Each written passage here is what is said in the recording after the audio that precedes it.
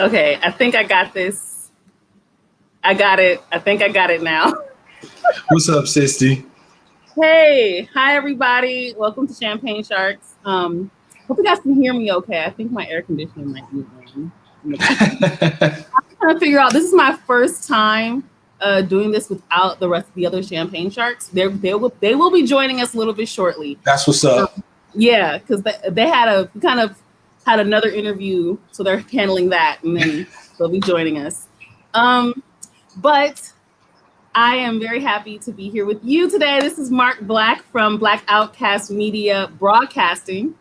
I am super excited to have you here because we've been talking on Twitter for a while. We agree on for a minute. I feel like we agree on like everything. There's not a lot we disagree on. Yeah, true that.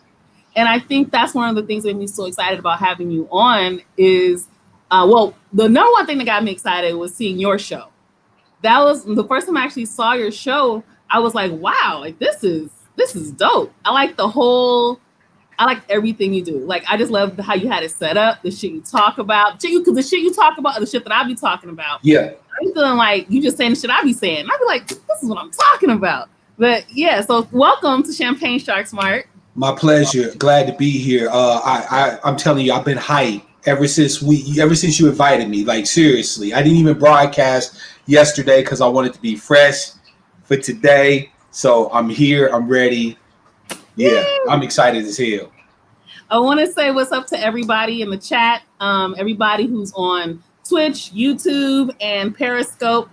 What's up? Yara J, B Scott, Steve. Is it Steven or Stephen Batten? I hope I say your name right. Is it Steven or Stephen? I want to make sure I get that right.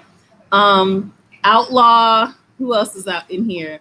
Torian, Sly, I Sound Info, Walter. Did I get everybody? I think I got everybody that I can see so far that's talking in the chat. So welcome to you guys. I'm very happy that you guys are here. Again, this is my first time doing this by myself, so please be patient. I'm learning how all this technology and all this shit work. This is all new for me. Oh, Jules, what's up, Jules? So you guys hopefully saw the title of the show. I wanted to talk about what occurred yesterday. We heard about these officers being let off with, I won't even call them officers, they're pigs. These pigs are walking after murdering one of our sisters. And that shit burns me up so bad. And I don't even know how to express my feelings on that. Mark, how do you even respond to something like this? Like, especially being in media, how do we even carry this conversation when we have our own emotions attached to this? You know, I would say for me, the hardest thing as, you know, somebody involved in Black media is how do I convey what I feel like the solutions to the thing is, but without triggering the fears of our people, right? Because like there's certain things that no matter how you say them to Black folk, it's instant trigger, right? If you say anything such as, you know, tool up, my nigga, you know, there's certain groups of us that will automatically take that as, oh, you trying to get a whole bunch of Black people killed. And you know, we have, but because of the traumas that we face in a society, it's hard to talk about solutions that aren't already kind of co-signed by the greater white society at large. Like if you talk about voting, you know, everybody for the most part will ride with that. If you talk about, you know, let's reform the police, you know, you might even get some Negroes that'll say, you know, let's defund the police, right? That's not super controversial. But when you start talking about, no, you can't reform them. They were born in blood, tyranny, you know, chasing our people down. They are hunters of us. They are occupying forces, and we need to get rid of them, right? That's like a bridge too far for a lot of people. So for me, it isn't so much my emotions about, because I mean, I'll be honest, I expected it. I don't think any of us expected there would actually be justice for Breonna and Kenneth. Because it seems like, hey, don't get me wrong, I'm always saying her name, but Kenneth was involved in this too, right? And I don't think any of us expected that there would be any real justice. So for us to pretend that there isn't more to talk about at this point, right? In other words, we don't trust the courts. We don't trust law enforcement. So what are we going to be talking about then as solutions? Because I don't want to keep talking about the fucking murders. I don't want to keep talking about the problems. I want to get around to how we fix this shit. That's the hardest part for me. I'm so glad you said that, because that's where I wanted to take this conversation. And I think you hit the nail on the head. Is that people, they're used to terminology, they're used to certain statements, they're used to saying things like, well, we got to vote.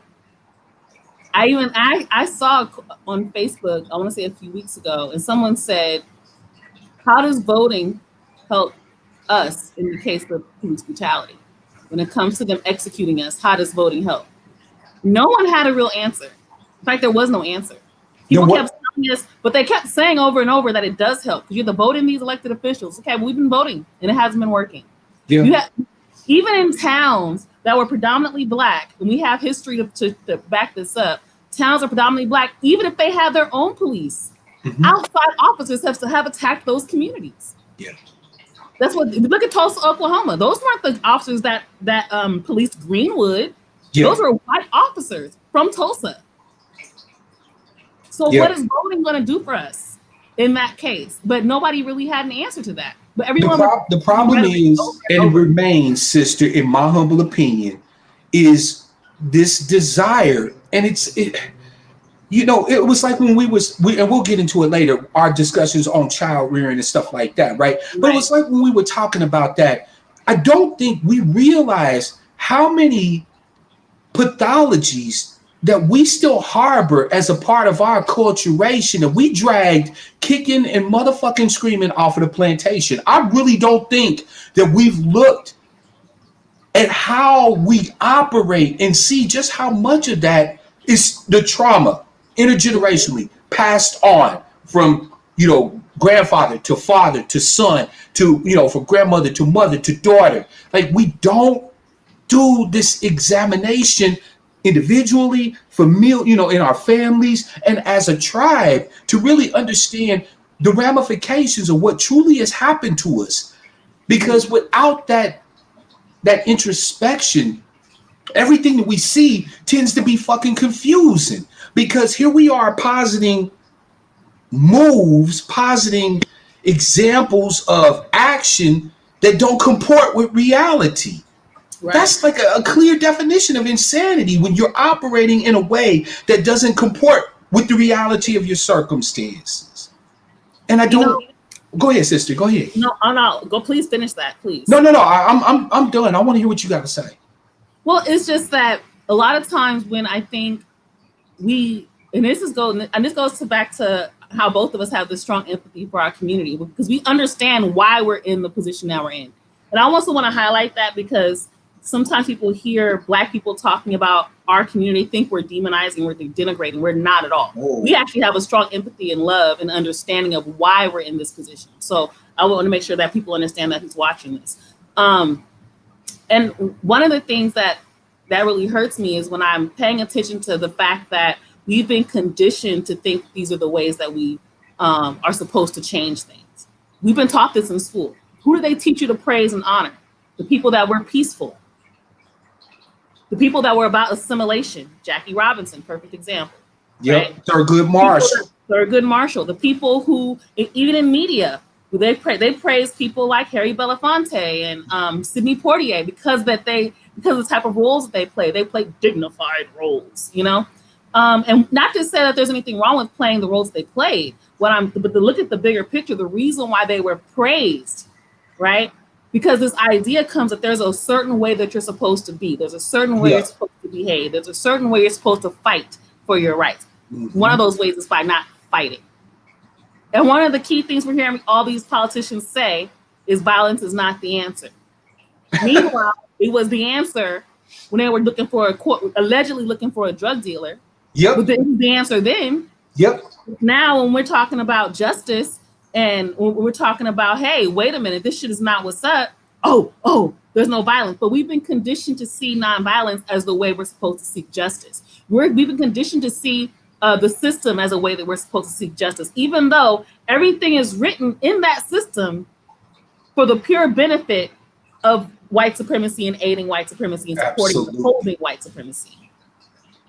Absolutely. You know, the key thing is the conditioning, right? And it's insidious because if you notice, and this is gonna sound like I'm being, you know, talking ill on my people, because I'm not. Like I said, like you said, I have a great deal of empathy to understand where we're coming from and what, you know, what's going on.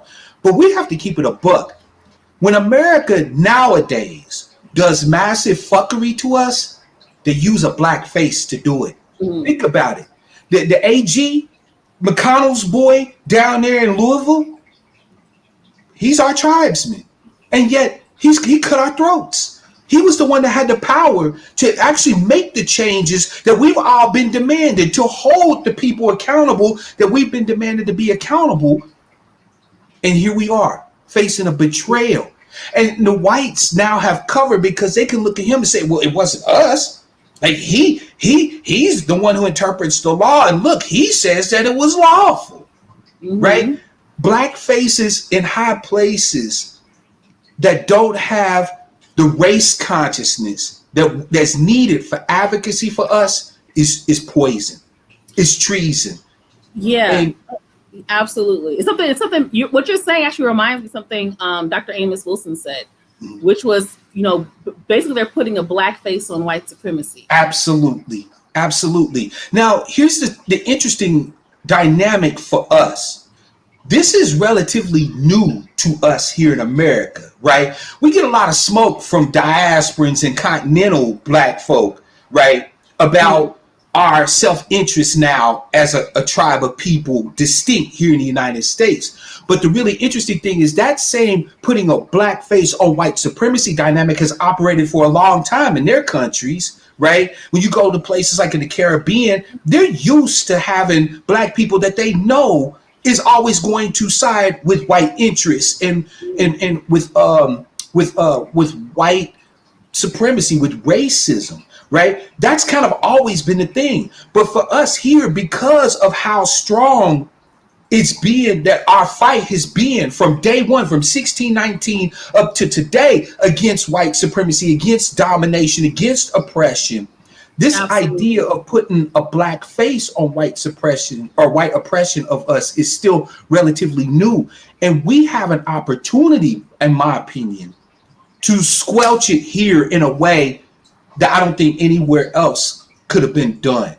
So, you know, while I decry the fact that they're now putting black faces on our oppression, I think that it's telling of the weakness of white supremacy in this late stage of the game, that they're only now trying to institute that on us, and we're not buying it. Like, no, I hardly see any black people that look at the decision that this AG made and said, yeah, I rocks with that, except the conservacoons, you know, the people chasing butter biscuits, you know what I'm saying? Those people are lost anyway. But every other black person I've seen, no, we see him for what he is. He is white supremacy with a black face on it. That's Absolutely. Absolutely. I'm really curious to know. I see the chat room is buzzing, and I appreciate the conversation in there. CD Lewis said white supremacy is fake. I don't know if you're trolling or if you have a larger point you want to make. So please feel free to explain that further in the chat room. Because I either want to know if I want to really go in depth about that point or if I want to light your ass up. So we'll find that out based off of what you say. Let's see. I think I really also get frustrated about the conversation about this coon.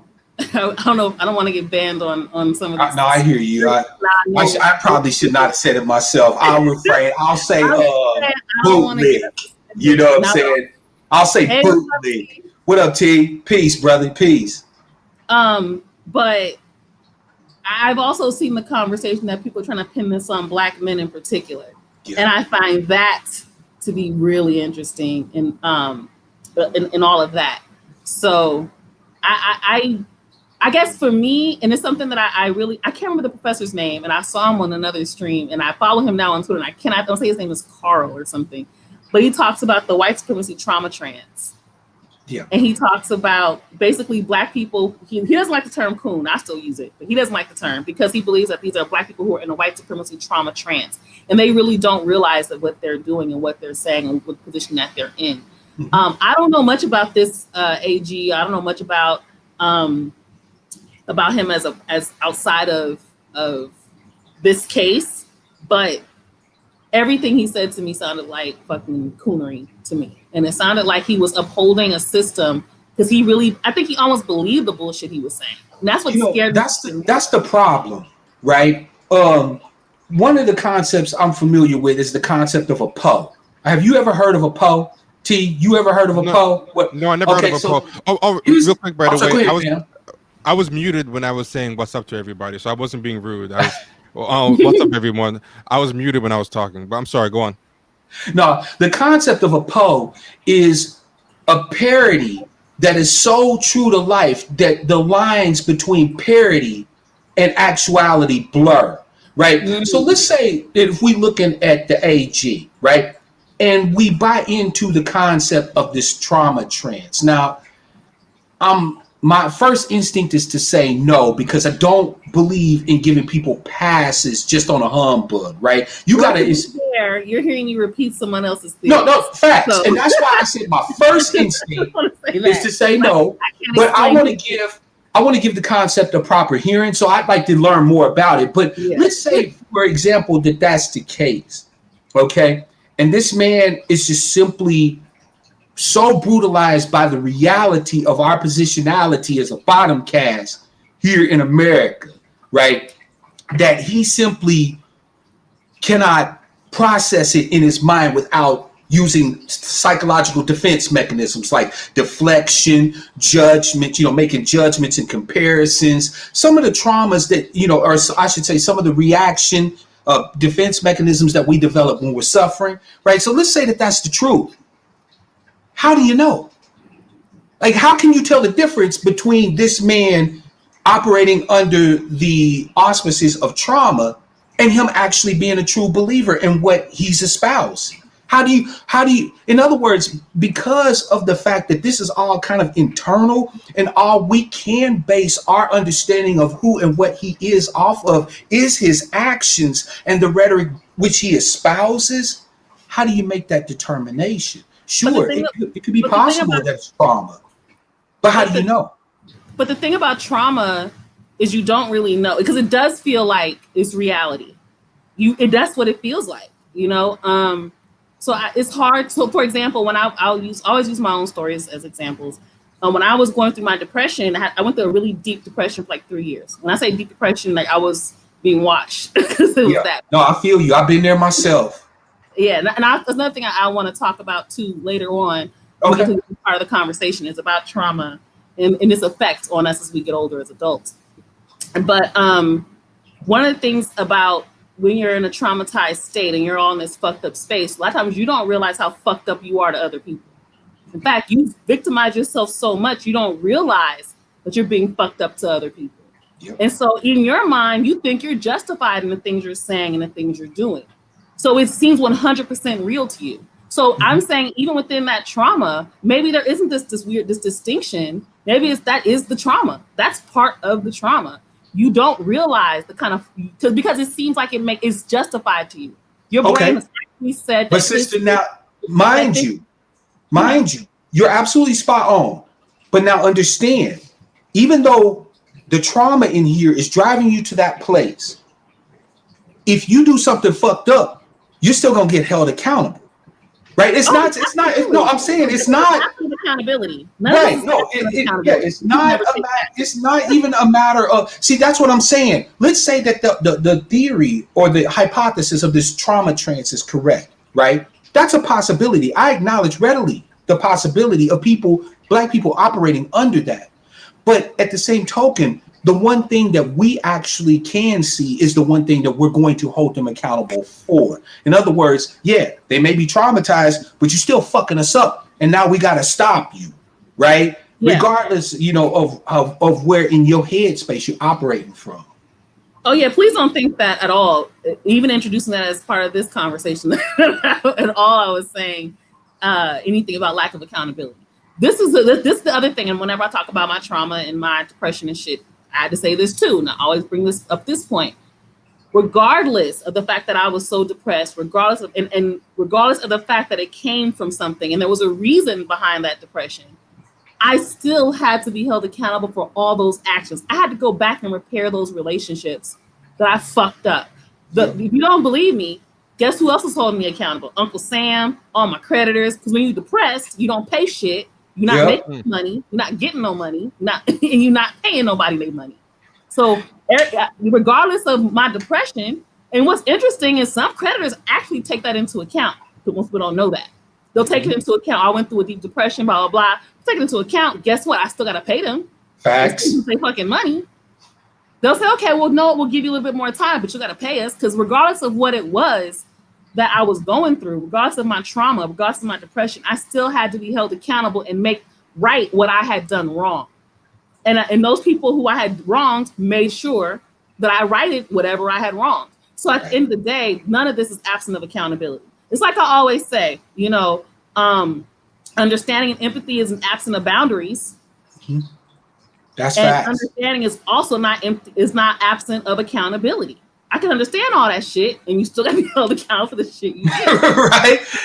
Yeah, absolutely. The problem is a lot of these words get cheapened, man. Trauma and accountability, are just the most beaten into the ground words now, and so it's like people will say, trauma too. Trauma, I think, is a very devalued word. Kind of devalued into meaninglessness. People call someone disagreeing with them trauma now. Facts. Yeah. Oh, well, it's like one of those things that I really hate in general that the internet does is they overuse a word and then they misapply it. Words like toxic. Like toxic has an actual meaning. It's talking about the chemicals in your body that then become toxic and harmful when you're afraid or you're angry and your brain and your body go into survival mode. Toxic is an actual thing. Toxic stress is a real thing. What happens is cortisol shoots through your body, and that cortisol is not supposed to stay in your system. But if you're constantly having traumatic experiences or experiences where you're terrified, your cortisol is constantly shooting through your body to the point where your hippocampus in your brain can't absorb it out of your body anymore because the receptors become basically drenched. Yep, they shut off. And they shut off. Yep. So that cortisol then stays in your system and becomes toxic in your body and creates other diseases such as heart disease, diabetes, certain types of cancers, so forth and so on. Right. So that's what the word actually means and where it comes from. People call things toxic that have nothing to do with that. Words like privilege. People use that in what the fuck is black male privilege? People just throw shit out there. I'm still trying to figure that shit out. Right. So the terms that people are using, words, trauma is a real thing. That's not, people are utilizing these mental health words because they read a few books or saw a few YouTube videos and they don't realize they're misapplying it. And it's really harmful, in my opinion, because Black people, we're dealing with some real shit. This Breonna Taylor shit, having it happen was already traumatic. Yep. These motherfuckers getting off is traumatic. I'm watching videos and reading stories about Black people trying to talk to their kids. And how many times do we have these fucking stories we have to tell our kids, explain some shit to our kids again? How many times in the past 2-3 years have we had to do this? That in itself is traumatic for us. And people are throwing out terms, not realizing this shit is real. This shit is fucking real. It ain't about, somebody hurt your fucking feelings on Twitter. Yeah. Some girl got mad because I checked her on some bullshit she said either yesterday or today. I can't remember. I be in arguments all day. I don't remember what day it was. I think it was yesterday, but I caught it late. So I actually want to ask you, because I think the girl deleted, so I missed all the context. I just got the what happened after. But yeah, somebody was angry with you yesterday about something. Yeah. When is somebody not angry with Sister B? She going That's true. I didn't really narrow it down very well at all. I don't even try to be in no shit, but I really take certain things to heart. And one of those things is demonizing our young people. Yeah. And then fronting, the thing that really bothered me about her tweet was that she pretended like it wasn't judgment after she made a judgment. She said people had to be devoid of human consciousness in order to sell drugs, knowing what it does. And I'm like, but you're taking out a whole other context of that conversation. Not to mention the fact that I will lay you $1 to a dozen donuts. She ain't sold no drugs ever in life. I can tell you that for a certainty because I'm okay, Vita. You know, we've talked a bit, but you don't know all my background. I'm not a you know, college educated scholar or anything like that. I am studious. I'm a hood cat. I was born and raised in the projects. All right. I done lived in places where you come downstairs at night and turn on the light and the counters and the floor crawl. You know what I'm saying? Like I done seen the worst that this motherfucking country has to offer for our people, right? Mm-hmm. And I've also been a part of some of the worst things that our country can put. I've seen murders. I've sold drugs. I've done, to me now, are unspeakable things, right? And never once in any of it that I was involved in did I never lose my humanity. I knew that I was out there playing prison games, that if I got, you know, a bus or if I got capped off, that my mom was going to face the repercussions of my loss. I knew. It was like, you can always tell these people that have no fucking experience from which they speak because they ascribe motives, they ascribe feelings or lack thereof to people when they don't know shit from Shinola. Right? Instead of judging, ask a brother what he's feeling when he's out there trying to push some product, whether it's weed or crack or whatever. Go ask that man where his head at. But see, that's the thing that bothered me. She said she didn't understand. So how do you have this strong ass opinion in this judgmentalized statement, and you clearly said you don't understand? So what was her original statement exactly? I know she was demonizing. Yeah, she said basically you have to be devoid of human consciousness in order to sell drugs, knowing what it does to people and does to your community or something like that. Yeah. Said, I'm not being judgmental after she made that judgmental statement. I just don't understand it or something like that. Yeah. And I love how you told her it's all right to shut the fuck up if you don't know. Because what I said was sometimes we just shut the fuck up about things we don't understand. Yep. Yeah, and she was getting sassy. She was getting sassy too, I saw. As usual. Her little friends did. I didn't give a fuck. And I stood by everything I fucking said. You should never say I was pussy. I said, girl, go back. I stood by. I repeat. Not only did I stand by it, I repeated it multiple times. Because they were trying to say, why are you, if you should have been trying to teach her. I'm like, she wasn't trying to learn shit. She knew what she was doing. Like I said, maybe I reacted in a way maybe I shouldn't have been such a smart ass. I don't know, but I stood by what I fucking said. And I still stand by what the fuck I said. Because I don't believe it had anything to do with her trying to learn and understand, because you would have asked the question, hey, this is how I'm seeing it, but I feel like there has to be another side to this. Yep. Help me understand. That's not what she said. She made her judgment, then gave her a pussy ass statement right after, I'm not judging. And then said she didn't understand. So if you don't fucking understand, then why the fuck are you giving us this judgment? Just ask us the question. Why does this happen? But you know what though, Vita? That's been normalized though. That is what literally passes for intellectual discourse among a certain subset of our people. These strivers, these go-getters, they think that they can take this, these theories and hypotheses that they learn in the academy and make a one-to-one correlation from somebody's extrapolation who never had a day of experience of that shit. But because they're, academicians or they're scholars or whatever, they can make these pronouncements, and then they take that information that they learn in school and they try to make a one-to-one correlation from their hypotheses and try to overlay that on our lived experience, on our actual reality. And, kind of getting back to the whole, the whole thing about who's getting blamed and stuff like that. As you can even see people now starting to blame Kenneth, saying that Kenneth was at fault for Breonna getting killed because he tried to defend her in the middle of the night by shooting. Like, explain that shit to me. The only way you could even make that assertion is if you literally don't understand what goes on in the head of a brother whose house kicked in for any reason at 2:00 in the motherfucking morning. Look, I seen people blaming Breonna for it, saying she shouldn't have been messing with a drug dealer. She knew what she was getting into when she got into that life. I'm dead serious. She wasn't divesting from Blackistan. What'd you say again? She wasn't divesting from Blackistan, because that's one of the things that divestors say. They hate black women who don't quote unquote divest from Blackistan. Have you heard of Blackistan?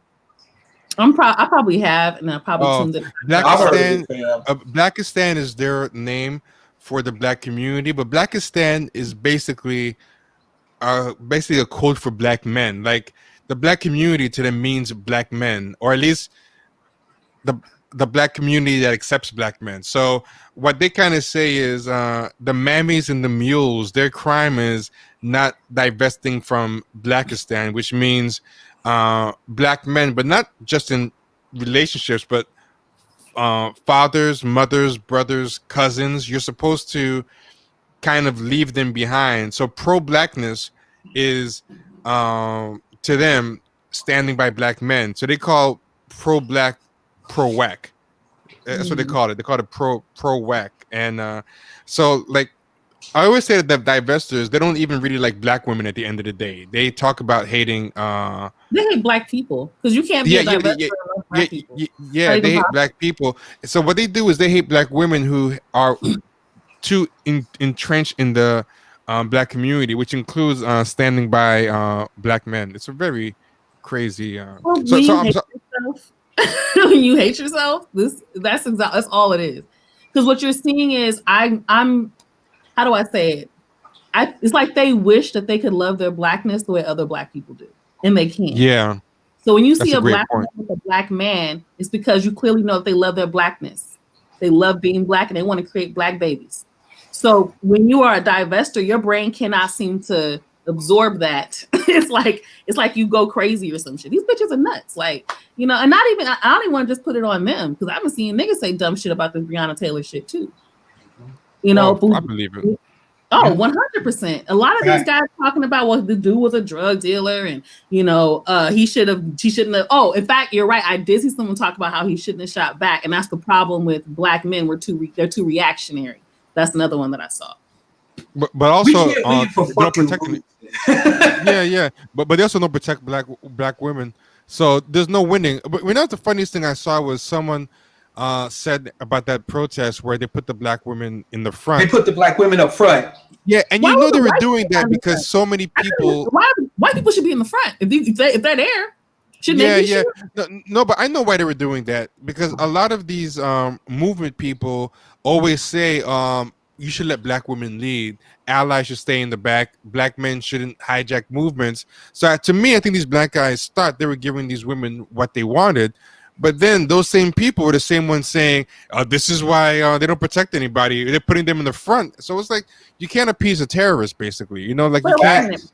Wait a minute. Did they put them in the front, or were the women voluntarily being in the front? Sister, I saw the video when they was doing the organizing. They're bringing the sisters up front. Now the sisters had the option to say, "No, fuck that. I'm falling back. Let my brothers get up front." But they started linking up arms and shit, and they pushed the few brothers that was up front toward the back. Was it just it sounds like it was mostly just a demonstration or a display, is what it sounds like. The thing is, though, is that a lot of these people out here playing games, though. They're doing displays, and it's and the third. But those displays have real fucking effects on, especially black men, but on black people in general. We have to get past this idea that somehow or another just puffing up we still act like we're way back in the Stone Age, puffing up our hair and making ourselves look big is gonna stop a threat. That we either are going to stop the threats to us or we are not, right? But don't nobody care about our displays and this, that, and the third. Don't nobody care about that shit. Oh, absolutely. I agree. Walter, just to quickly answer that question, they feel like black men are already dating interracially, so that's why we should.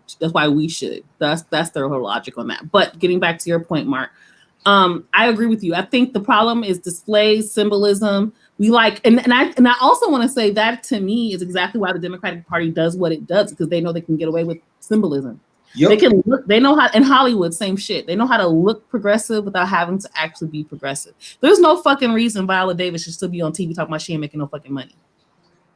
But all these fucking networks and production companies got all these movies making money off of niggas talking about Black Lives Matter. Making these bullshit ass movies like Queen and Slim with these fake ass protests that don't mean shit. I don't know if you've ever seen Queen and Slim. It's a horrible ass movie.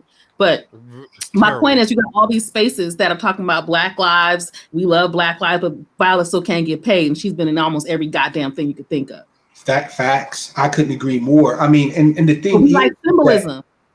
But the thing is, too, is that on top of symbolism, you have what I like to refer to as misdirected loyalties, right? Now, this is me being as fair as I can be about it, right? I'm not going to assume or ascribe malice to folk. But what I will say is that there is a huge amount of propaganda out there in our society that tries to get us to deflect away from where our actual energies and efforts and our loyalty should lie.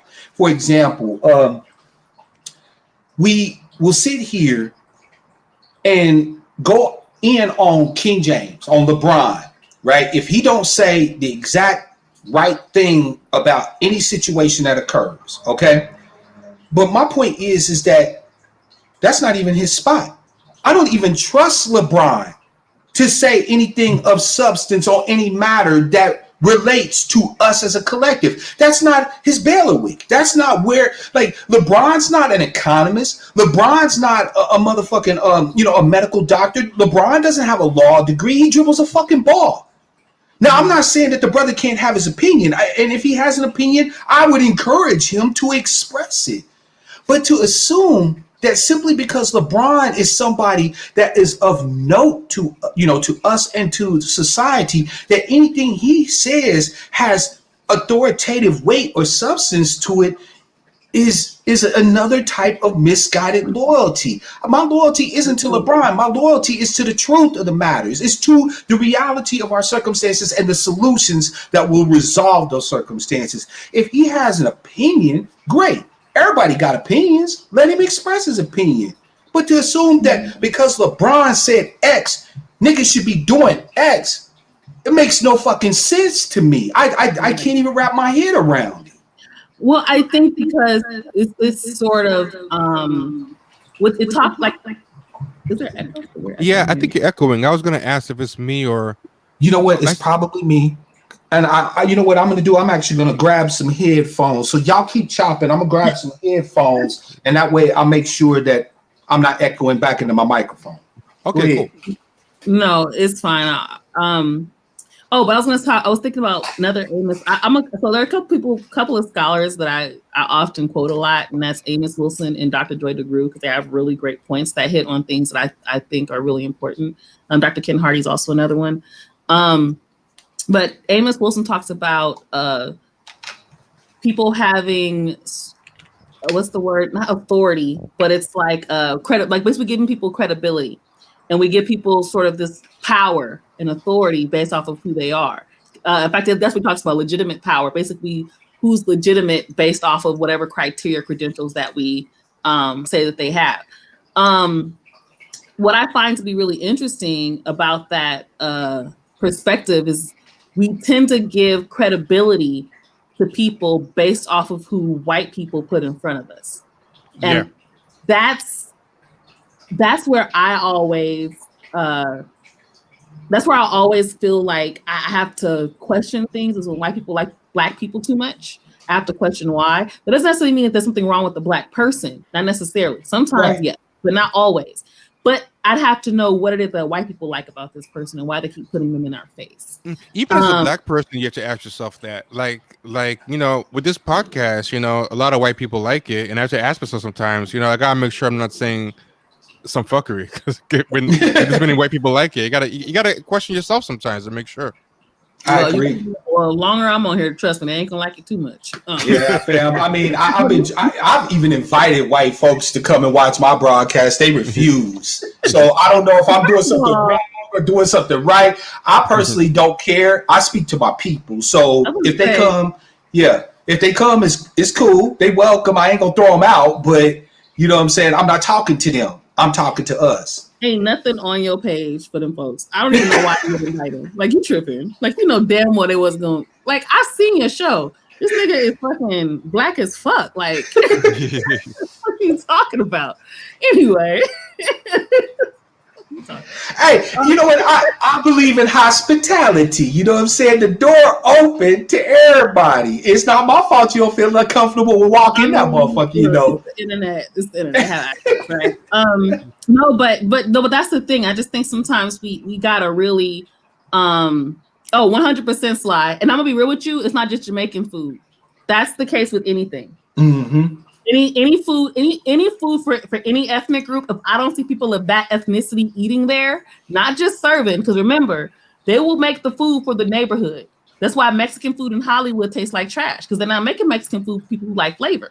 They're making Mexican food who don't give a fuck about flavor. They just want to be in LA, you know. But you know what's funny too? You know what's funny too? You know what's funny too? You gotta be careful because sometimes something's authentic, but it's authentically bad.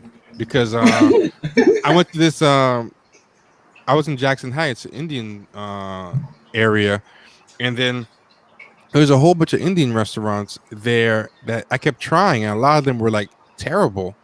And then I was like, yo, why is this food so bad? But there's Indian people out the door.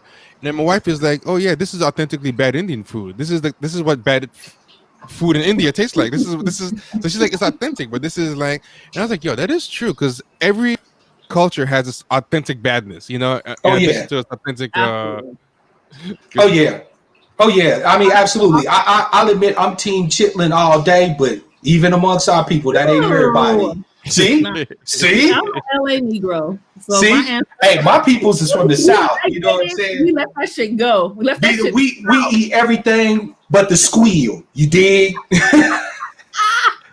I like pig's feet though. No, man. I will fuck some pig's feet up. I'll fuck some pig ears up. I don't care. I eat chicken feet, burgers, turkey bacon. I'm Vita, you eat chicken feet? No, I never had a chicken foot in my life. Chicken feet is awesome. Man, come on, T. She just said she was one of them Cali niggas. You know she don't eat no chicken feet, man. Come on, fam. South Central taco is like ground turkey with red. Like seriously, because nobody else eats ground turkey. So black, like when I say that, I'm like, you can go to a black taco spot. Yes, we have black taco spots. Go to a black taco spot. I guarantee you, they also got turkey tacos. Guarantee it. So at any rate, how did we get over here? I started smoking and y'all didn't let me get all off track. No. I remember we were gonna talk about how do we, the Jamaican shit threw me off. That's what it happened. Yeah. But, okay. Well, we're talking about being approved by too many white people, I think. Right. And then, yes. Thank you so much, because that's exactly what I wanted to get on. So one of the things that I always notice is that even quote unquote black people who are aware, right? I don't like the word woke no more. I'm just gonna say woke. Right.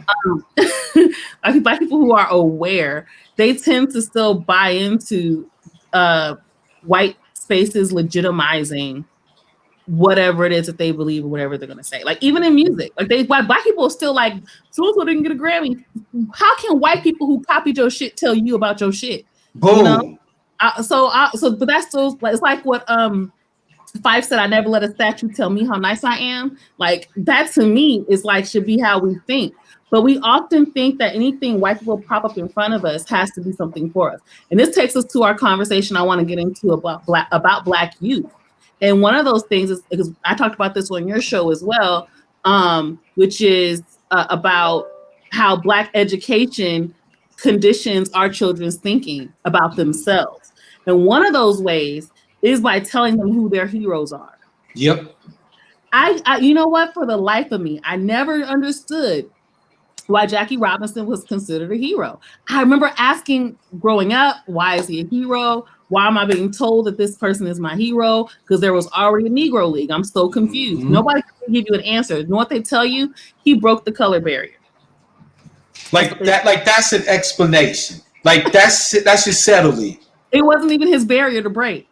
Not to mention the fact that, like you said, there was the Negro Leagues already. I mean, I'm from KC. We had the Monarchs, the best team in the league. You know what I'm saying? So, for me, hearing about Jackie Robinson breaking the color line, I'm like, okay, nigga, so what? Like you was playing baseball already. What's the problem? Yeah. Not only that, it was making money, and the Negro Leagues were. And there's something I've heard other Black economists say, and other Black people have said and pointed this out too. When you destroyed the Negro League, which is what MLB did by Jackie Robinson, most people don't know that. And I've said this on this show before, and I'll say it again. You can literally go to the MLB website, and it says it on their website. If you guys want the link, I can give it to you. It says on their website that Jackie Robinson going to the Major League MLB is what destroyed the Negro League. They did. So if you talk about legitimate, there we go. The white person confessing it to you. So it ain't even just me saying it shit. But not only did you destroy the Negro League, you destroyed all the businesses that were attached to it. Because remember, everything was segregated. Yep. You have Black towns where the Black people owned everything in that fucking town. They owned the shopping centers and the stores and the restaurants and all the hotels, right? Like in LA, we have the Dunbar Hotel. Yes, even LA was segregated. I don't know why people think that it wasn't. It was very much segregated. But all those spaces had baseball fields, and they weren't little rinky-dink, raggedy, shack-looking shit. These were big baseball fields. And if you look at the audience, it's mixed. Yep. Thank you. I'm glad you said that shit because I actually used to live right across. I mean, literally, I could walk across the street and be in a Negro League stadium. Right, Satchel Paige played there, Jackie Robinson played there, like all these greats played there. You dig? And I remember seeing pictures because they would highlight the history because it was gone, it was closed. I was born in '73, so it was long gone by then. But they would have pictures there to show the history. And when you look at the audience, even though it was the Negro Leagues, white folks was there watching our players play baseball. They was spending their money. You know what I'm saying? Buying food and all of that. You know what I'm saying? Going to the shopping centers, eating at our restaurants. They were spending all the money in our communities. And I don't think people understand how much that destroyed not just the Negro League, but all those businesses attached to it. Because all those hotels were depending on those games. All those restaurants were depending on those games. Yep. Because it's like when I was a kid, I grew up in South Central Inglewood area. And I lived not too far from the Inglewood, the Great Western Forum, back when the Lakers used to actually play there. And you had to, and there was a Sizzler across the street that was getting all the money. It's a fucking Sizzler. The shit would be a line around the block after those games let out, or those concerts let out, or those boxing matches let out, or the ice capades let out. Like those places are making, all those restaurants in the area are making fucking money. So when that happened, we are destroying Black economy in these Black towns. But guess what? You don't get told any of that when they tell you Jackie Robinson was your hero. Nope. And he's a hero because he got the opportunity to be treated like a dog while making these white folks money to look, again, symbolism, to look progressive. Yeah. But I think what they see when they see that, I think they imagine that I think they imagine a life without being able to be integrated among white people and go to white spaces as a deprivation. I think they just imagine that Black people, back then, were just sitting around wishing they had like a white establishments to go to or could live around white people. And to be honest, there probably were some people like that, but a lot of people were happy in their all Black spaces. A lot were. I think what they kind of think is, if it wasn't for Jackie Robinson doing that, I wouldn't be able to have the social life and friend and workplace I have now. I wouldn't have my work boo. I wouldn't have my, whatever inconsequential thing that I think is huge right now. Yeah, like a lot of people, it scares them, the idea of being forced to be in a black space. You know, the thing is, though, is that in the absence of justice, why are we surprised? Like, it would be one thing, I suppose, right, if we had our due, if America finally paid the debt owed to us as the descendants of the enslaved here in the United States, right? We were finally given the fullest expression of our Americanness and able to just be that, right? Have that protected, watched over just like everybody else do, right? And then if people wanted to mingle, kick it, you know, go here, there, hither, and yon, that's one thing, right? I wouldn't even imagine at that point, you know, barring any major backlash or whatever, that it would be an issue. But in the absence of justice, any attempt at us seeking to be acceptable to those who have a vested interest in never seeing us as acceptable is a losing proposition. It's never going to be anything but a detriment to us and a gain to them. So, I mean, I get where T coming from, but I mean, I think that the one key factor that makes this a lost leader for us is the fact that we have not gotten any real degree of justice from the United States of America. So are you saying that because we haven't gotten that, we seek it in these other ways? No, I'm saying that because we haven't gotten that, we're still people, right? We're still going to want to, like, you know, interact with the greater society at large. I don't think that desire, like, because I hear sometimes a lot of people, and I'm not assuming malice, but it's a conversation that continually comes up where we sort of romanticize Jim Crow, where we say, well, we had all our own shit, and we had this, and we had that, and yeah, that's true to a great extent. But let's not forget that we had to have it like that because it was forced for us to have it like that. Right. I don't think that in the absence of justice that we should be seeking to have anything other than what's ours for us, right? In other words, we have to carve out our own spaces, our own things, and all of that as a matter of survival, right? But I think the issue isn't that black folk, you know, think the white man ice is colder. We Americans, we want to be a part of everything that America has to offer. That doesn't make us inhuman. But the problem is that in the absence of justice, that's not really for us until we can get to a place where we can be considered as fully American as everybody else is. We have to have it like that, but we can't romanticize it. We can't say that that's the ideal, because a lot of people will say, oh, well, that's the ideal. You know, niggas just need to get away from everything that ain't, well, okay, yeah, I hear you. And currently under these circumstances, I couldn't do nothing but agree. But let's consider the circumstances. Let's consider the nature of the fact that the situation under which we live is what makes that the necessity, not the fact that that's necessarily good or bad. Well, I think that touches on something Malcolm X was talking about, because when there was an interview and he was asked, well, are you for segregation? And he was like, not that I'm for segregation, it wasn't my choice. Exactly. It wasn't our choice. It was imposed upon me. I'm just not for desegregation because I don't see how that's going to help us. Exactly. Without justice, desegregation is bullshit.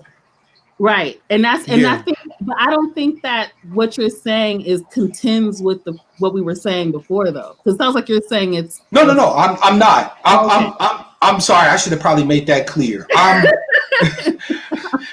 Don't get old, y'all. The shit sucks. You know what I'm saying? I should have made that clear. No, I'm basically coattailing. I'm caboosing. Okay. I'm right there with y'all. It sounded like that, but I just want to make sure because other people are also listening. And that's why I'm always, like I was saying earlier in the show, I want to make sure people understood our perspective, because when we're making these statements about our community, it's not at all saying, it's not absent of understanding of why how we got here.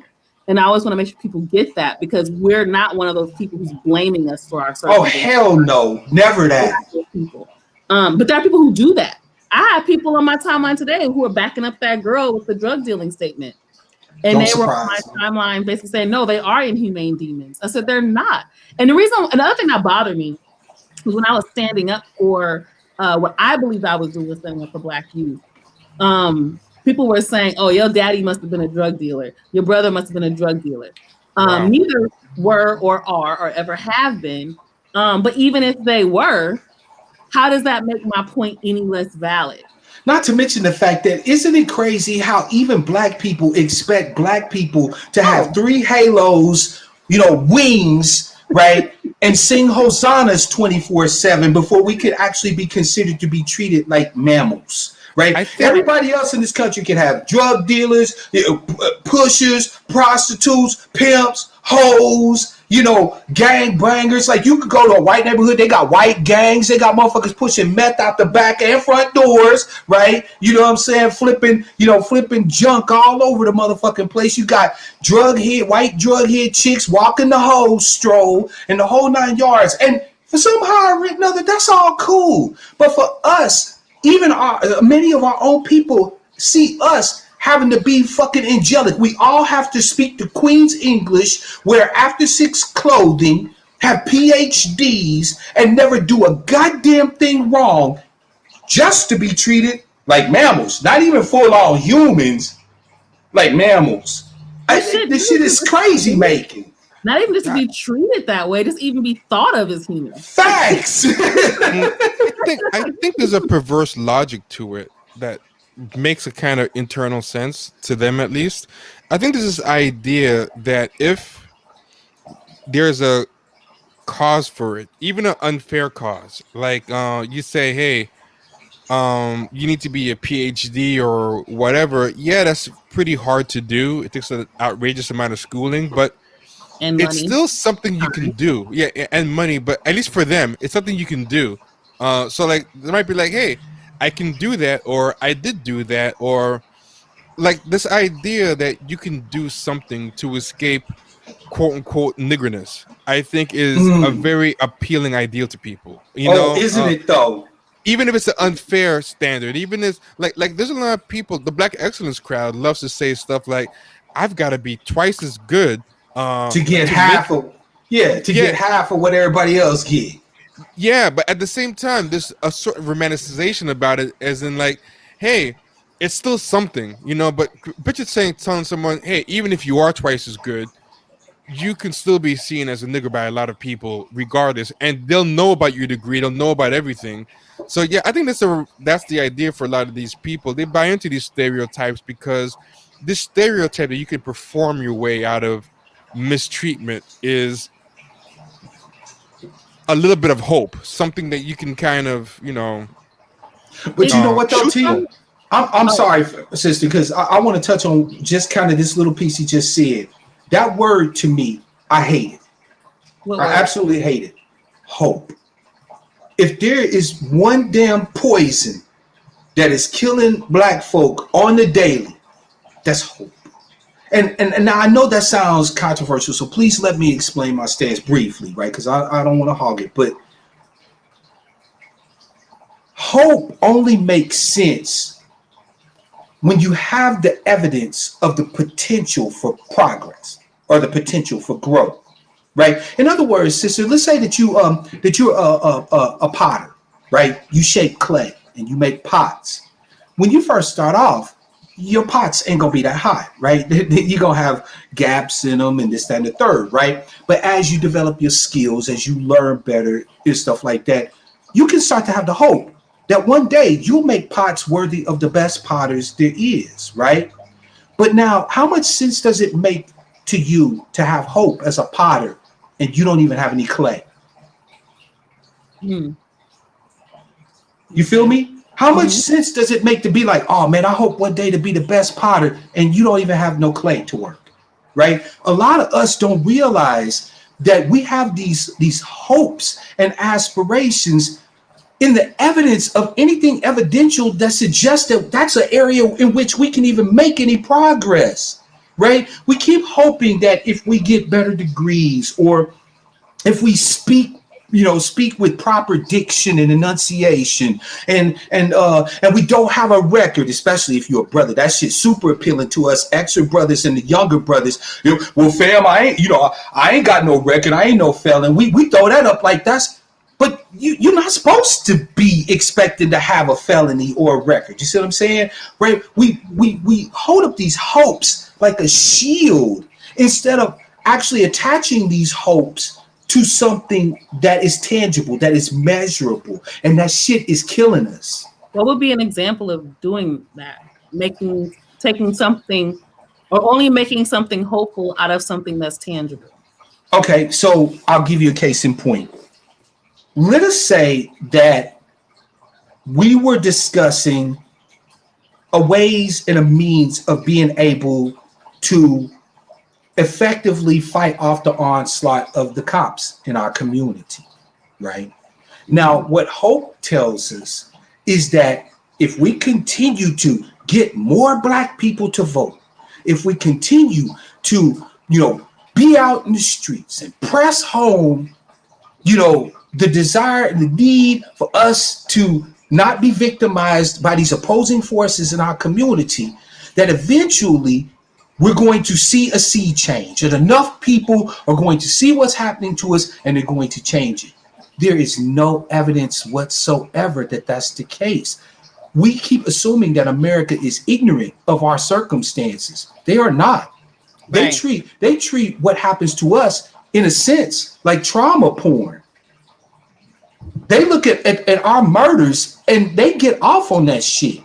They see us scratching and scraping and struggling to make it from day to day, and it gives them a thrill. You know how you know this? Because even the most lowbrow, uneducated, three-tooth having, cousin fucking, troglodyte, cave-dwelling moron from the hills of Appalachia could lay his head down at night next to his cousin/wife, and before he shuts his eyes, say to himself, "Thank God I'm not a nigga."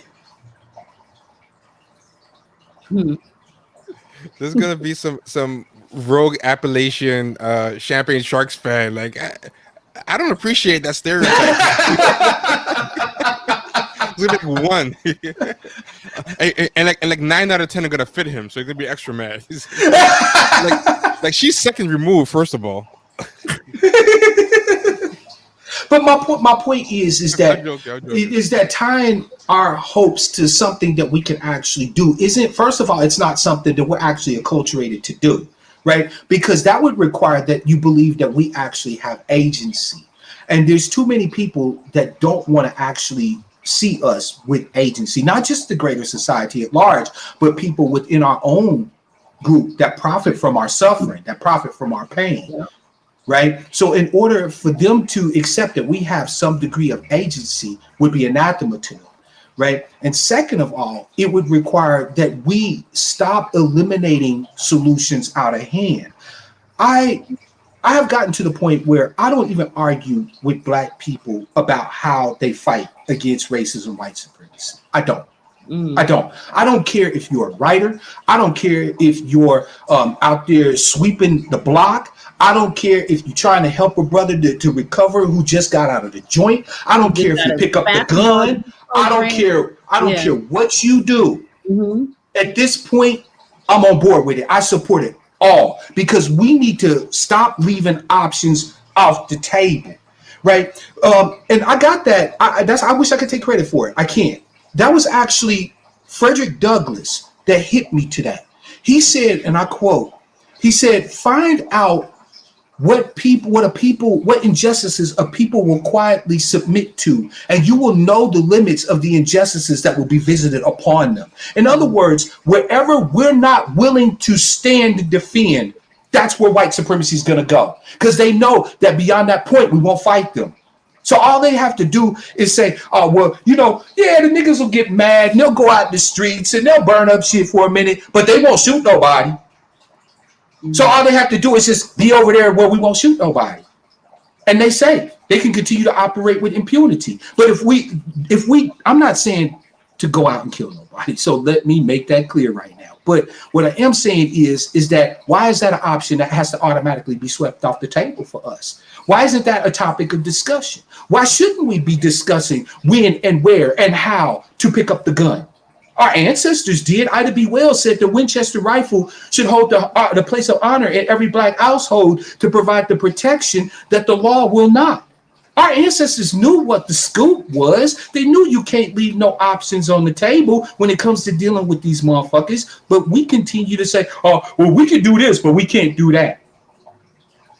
Make it make sense, fam. How about the peaceful protest thing? Like this, when people are so adamant to make sure people know, most of these protests are peaceful. You got to know that it's a bad reputation that we're getting, that they're violent. It's like, what's so bad if people think the protests are violent? Like, facts. What is injustice? Is a protest a protest if it's peaceful? I always wonder that. Yeah. These whole respectability protests are ridiculous. What are you protesting and who are you protesting? If you're saying I'm going to follow the rules of the people that I'm protesting, are you protesting them? You're abiding by exactly. You're going right along with it. The last time I checked, if I protest a damn thing, I'm not with it, and there ain't nothing you can say or do to make me with it. Right, and whatever I do to tell you that I'm not with it, that's a protest. Telling me, like, being peaceful to me means I'm not rallying up anything. But also to something else that you said about, it's something my brother also said. He said, look, I might even agree on principle with a lot of other things, but as long as I know you fighting for the liberation of my people, I'm with it. And that's what my brother often talks about. And I always thought that was an interesting point that he made. He's like, because he doesn't agree with the Black Lives Matter movement in totality. But he said, I understand that certain spaces, people are out here fighting. There are people out there, even they might even know what the BLM website says, but they out there marching and boom on fire or whatever it is they do. Yeah. Yep. The other thing is, another thing to that point, Mark, that you had said, I wanted to also say is sometimes it's important to find your role in the movement. Mm-hmm. Your role may not be out there on the streets. I used to protest. So there's I've shared this before on this show. I've been awarded for the protests that I've led out here in Los Angeles. I was a part of a group called South Central Youth Empowered Through Action. You can look it up if you don't believe me. I'm on the record with this shit. I did the protests. I led the walkouts in school. I took pictures of the conditions at my high school and sent it to ABC Channel 7 News. And we had a whole press conference. I was interviewed, all that shit. I did all the shit. Guess what? I don't march no more. Some of my friends are still out there. Most of my friends are activists. I don't march no more. I support what they do. They can go on out there. I make sure, I even send some cash, make sure they got the supplies they need. When they, when people on Twitter say, hey, we're out here marching, we need water for our people. I cash out the whatever I got, right? I'm not marching no more. I feel like my role is in media. How do I begin to have certain conversations and jar thinking in different ways so we can begin to strategize in other ways? I've been talking a lot about trauma and healing. So I'm a strong believer that unless we begin to heal, we're going to have a really hard time coming up with some long-term strategies. So that's the part of our brain that we need to have access to have long-term planning and thinking and analysis. You can only access it when you're not in survival mode. People don't know that. But so many of us live in survival mode. So we make the decisions that will help us survive for that moment, not even that day, not even that week, literally that moment. Because that's what I feel my role is. How do I have that conversation and address that issue? That's my role. I'm not marching no more. I'm not protesting on the streets no more. I'm not even showing up to the city council meetings like I used to. I had to organize community members 200 deep to show up to protest a fucking liquor store. We already had 3 of them on the same fucking block, and we ain't had no goddamn grocery store. Yep. I'd have been a part of so much shit. Like, I can't even talk about some of the things that I've actually participated in fighting against this motherfucker. I won't do it because I'll betray people that I don't want to betray.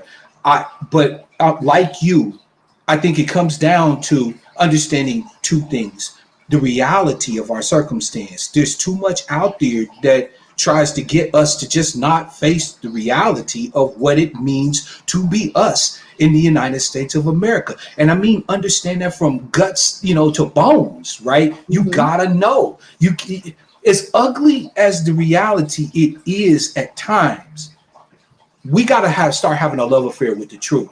There's too many Black folk that love comfortable lies over uncomfortable truths. And I get it. I'm human too. I have that same desire sometimes to just be like, you know what? I just want to live in a dream world, grab my Xbox controller and say, fuck it, right? So I understand where that comes from. But that's a place we can't continue to dwell. We need to comport what's going on up in here with what's going on out here. And number 2, we need to get in our spot and fight there.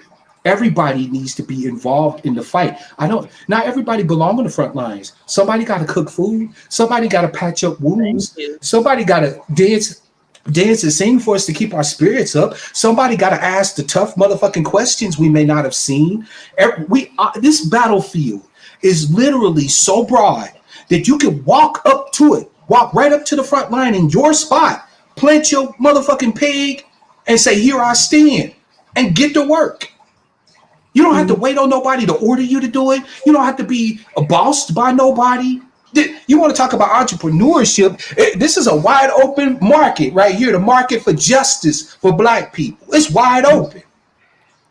Like when it comes to the whole, not shitting on how other people do any type of liberation work, I feel the same way. Even a lot of the people that we criticize a lot, like these blue checks and these wanted checks, like people who clearly want to get a blue check, or people who are doing a lot of this nonsense that we complain about with everything being kind of assimilation minded.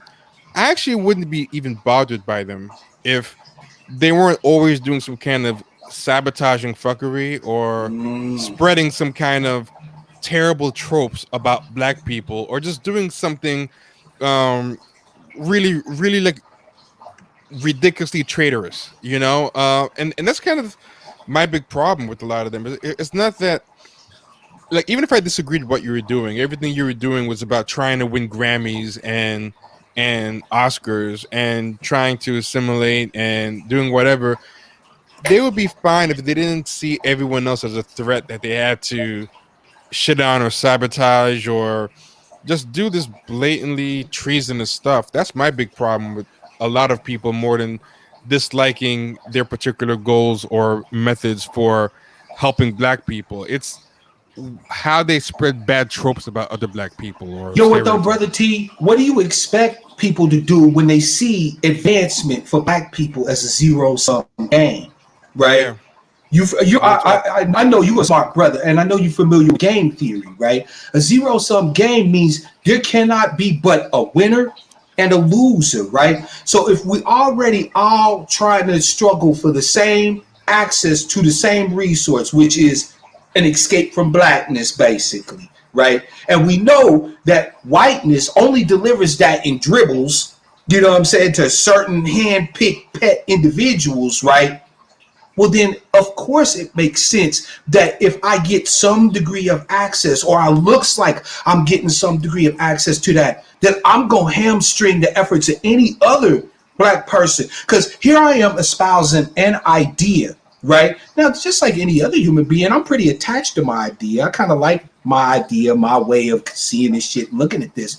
And then here come T talking about, yeah, well, why can't we see it like this, right? Well, if you see the rise of me as the fall of you, or the rise of you as the fall of me, what's going to be my response to you, T? It's not going to be, you know what, T, I didn't even think about it like that, fam. Why don't you come up here and let us have that discussion together? It's going to be like, man, that nigga don't know what he talking about. He on some fuckboy shit. Yeah, this idea that your win is my loss, Yes. That's why so many of these people. Hold on, does somebody have water running, or is there? Yeah, I got a turtle, and my turtle's got a water filter in his tank. I apologize for that. I was wondering what that was. I just don't unplug it if it's bothering you, fam. He was worried about your water bill. He thought your water bill was going to go up. Don't you be worried about my water bill, Nooka.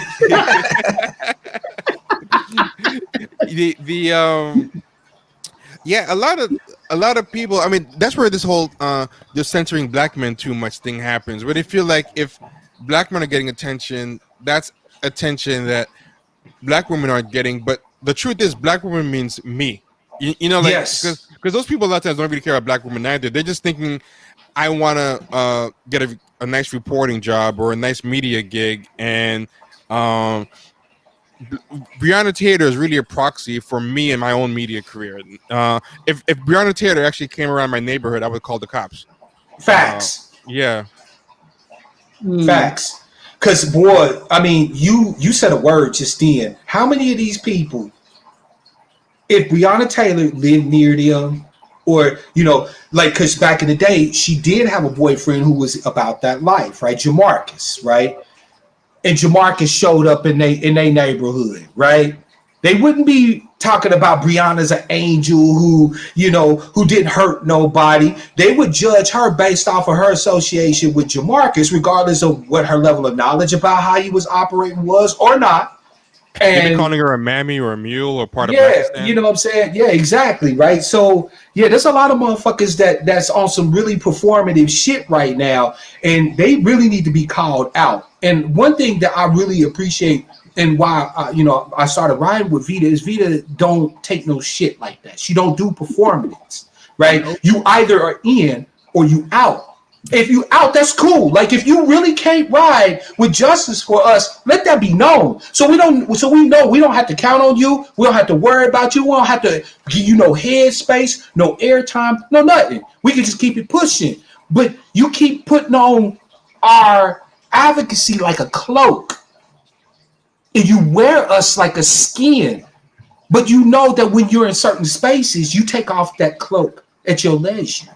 And that shit is poison. It's treason, like you see. People are afraid that they're going to miss out. See, the thing is, this is the thing, and I take this very seriously. I've always worked in independent media. The one time I didn't work in independent media, I learned a lot of lessons, which was shit just work differently in major media spaces. And it's something I said when we had Terrain on is not too long ago. It takes a certain type of thinking to rise up in those certain spaces. They don't just let any Negro up in certain spaces in media. You have to have a certain way of thinking. So the reason why people toe that line the way that they do is because there's a lot of fear around losing out in those spaces. Now, again, I'm like you. I get it. If that's the role you want to play and the world you want to dabble in and thing you're going to do your thing. But don't sit up here and act like you give a fuck about us and what we're doing on this side.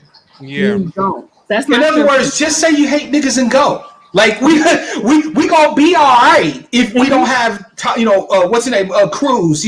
What's the name? The big buff goofy motherfucker who's always Terry Crews. Terry Crews. See, to show you how much I even care about that fool. I don't even really remember his name half the time, right? Just say you hate niggas and go, right? That's fine. That's fine.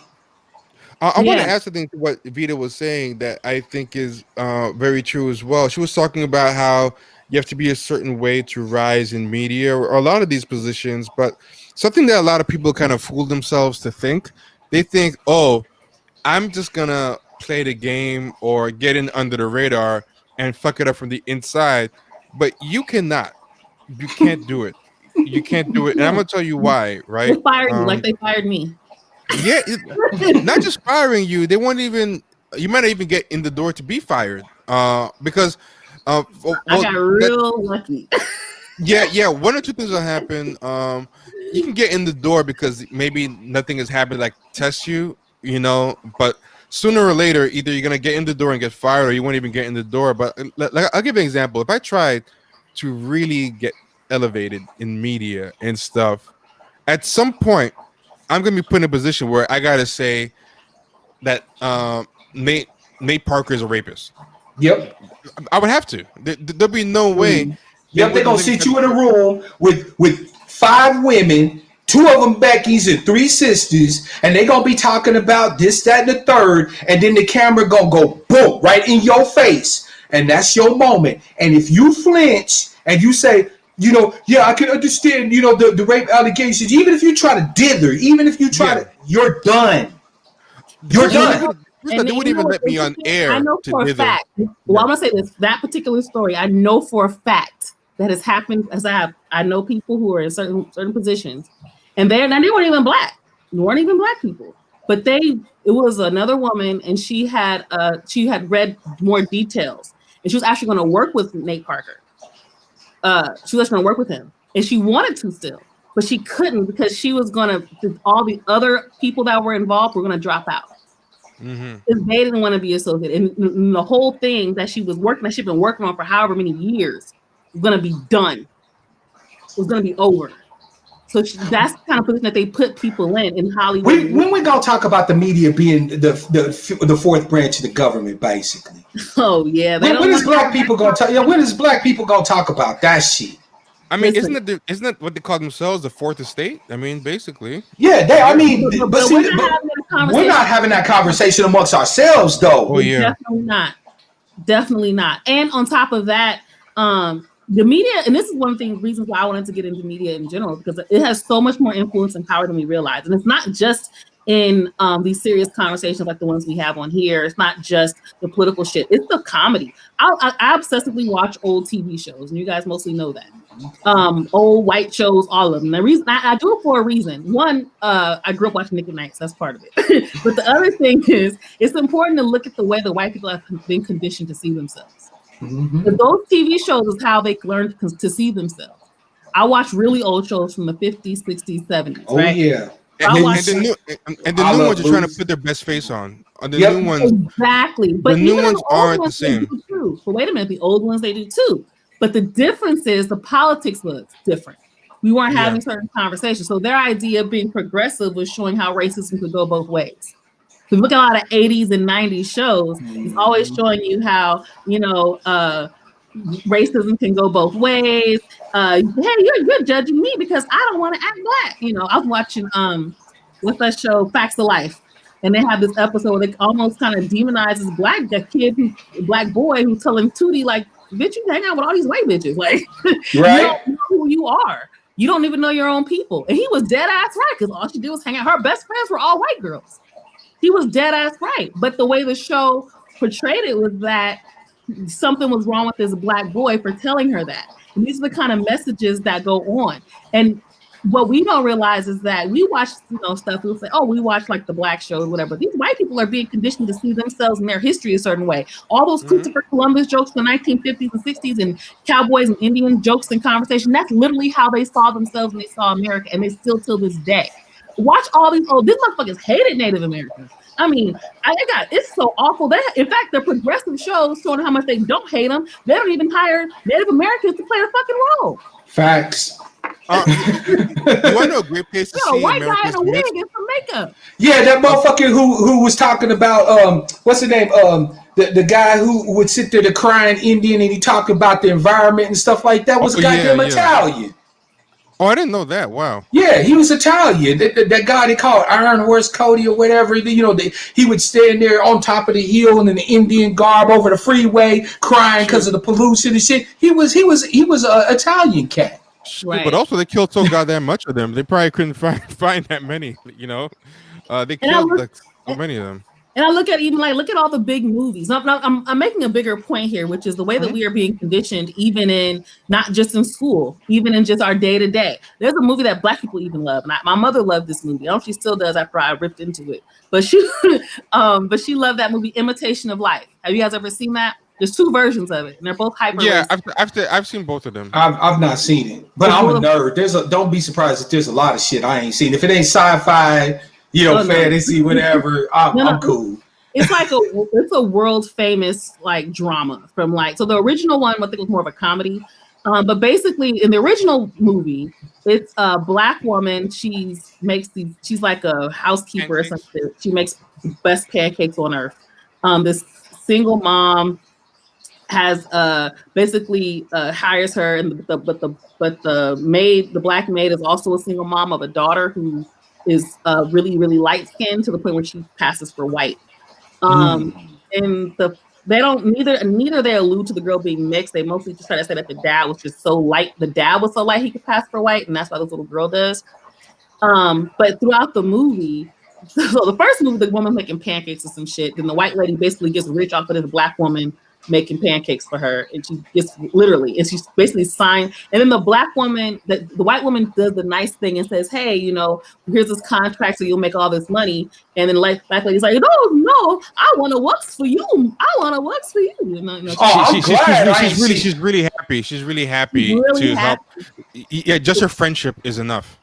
I'm glad that I have not seen the movie because I'm hot at your description.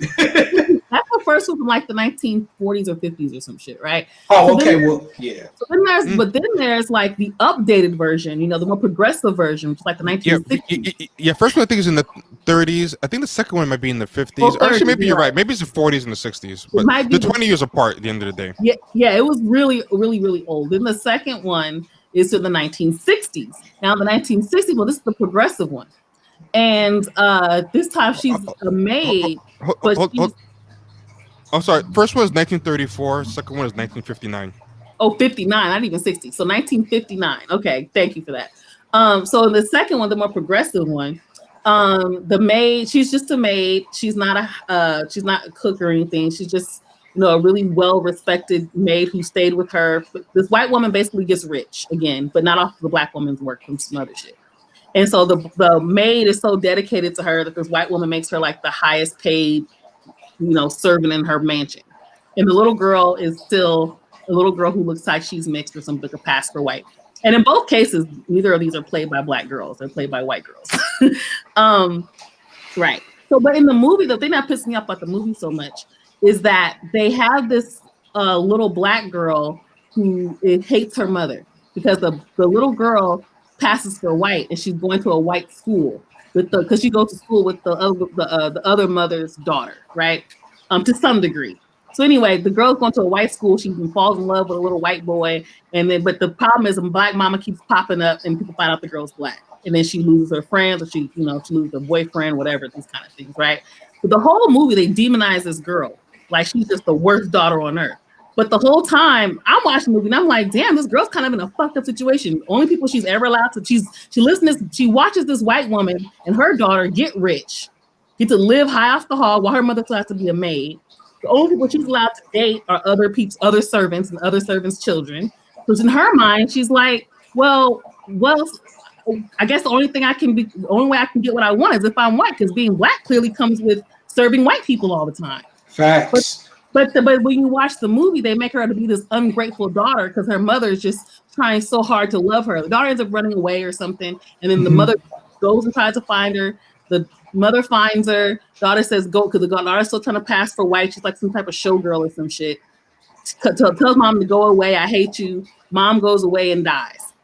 Then at the end of the movie, the daughter comes, and the movie literally ends with the girl crying at her mother's grave. By the way, all the black mom wanted in the whole world was this big grand funeral. That was her dream. Right. So in the second one, did she even have a big business? The first one I thought was more egregious in that she actually had all the talent. Second one, she was an actress. I mean the mother. Oh, which mother? The white mom or the black mom? No, the black mother. In the first one, I felt it was extra egregious. She was just a maid in the second one. Yeah, because at least in the second one, she was just a maid. The first one, she had the actual talent she was bringing to the table and everything, and willingly chose to stay a maid, even though she actually had the whole business that made the white woman rich. Yeah. Like, she had I think she had some kind of weird thing where she got herself paid a salary, but she passed up being a partner. That one was extra crazy. At least the second one, they never elevated her, I think, past the maid. I'm sorry, I just want to add that. How extra crazy you're absolutely right. In I Sound Info, you're mixing up another movie. The movie you're talking about, I think, was called Pinky. The girl's name was Piola. I believe it was Piola. Yeah. It was Piola. In the first one, she was actually played by a black actress who was very light skinned. Freddie Washington. Yeah. Okay. Freddie Washington, I think her name was. And if you ever read about her, she was a real writer. She was really pro-black. That woman. Oh, okay. The second girl definitely was not a black girl. She was just basically white. I don't know what they were even trying with that one. It was ridiculous. Like that actress playing the mother would have to get with a translucent man to produce a daughter look like that. Black woman. There's no way that this child would have came out looking like Casper. This girl looks like Natalie Wood. Damn. Yeah. And remember, Natalie Wood played, and she did look like Natalie Wood. Remember, Natalie Wood played a Puerto Rican. Oh, yeah, you're right. In West Side Story. Wait a minute. I mean, but didn't Elvis play like a Cuban or like back in white folks was doing the absolute motherfucking most back in the day. Like they played everybody. But that's kind of like my point is how media played that part. Like even though they try to portray themselves as being liberal Hollywood and this liberal media, even conservatives play into this idea that the media is liberal. Oh yeah, I mean, so with white folks in the media, you either have the complete brew, right, and they're the bad white folks, right? We're talking about the Ku Klux Klan, the neo Nazis, the whole, you have them white folks, right? Then you got the good white folks, but they fall in line either as background noise, right? They just a part of the story, or they're the white savior, right? Shit like The Blind Side and and all of it. Oh my God, don't even start me on that shit. I got fights about two movies. Fights with black people about these two movies, The Blind Side and The Help. People were fighting for The Blind Side? That movie. Oh yeah, fam. That one is so bad. Like I can't believe. White woman. What was he supposed to? I mean, it. Seriously, fam, I'm telling you, I done actually had bangs with niggas over the Blind Side. I'm not kidding you, fam. It's amazing to me how egregious that shit was today. That movie wasn't set back in the 50s or nothing like that. That was today. And I had to fight with black people over it. It's the movie that the guy the movie was about. He low-key, he couldn't even come out and say everything, but he basically said that wasn't true. The story of the movie wasn't true. He couldn't say too much, I guess, because he signed some shit. But I read the book, so even before he said anything, the book is actually a very well written book. I actually like the book because the book doesn't try to go too hard into racial politics or white saviorness. It talks a lot of football. There's a lot of football talk in the book. And now wait, did Michael actually write the book? No, it's this guy called Michael Lewis. He's the one who wrote Moneyball as well. Oh, and okay. He'll get into a lot of sports trivia and minutia in the book. The guy's a very good writer.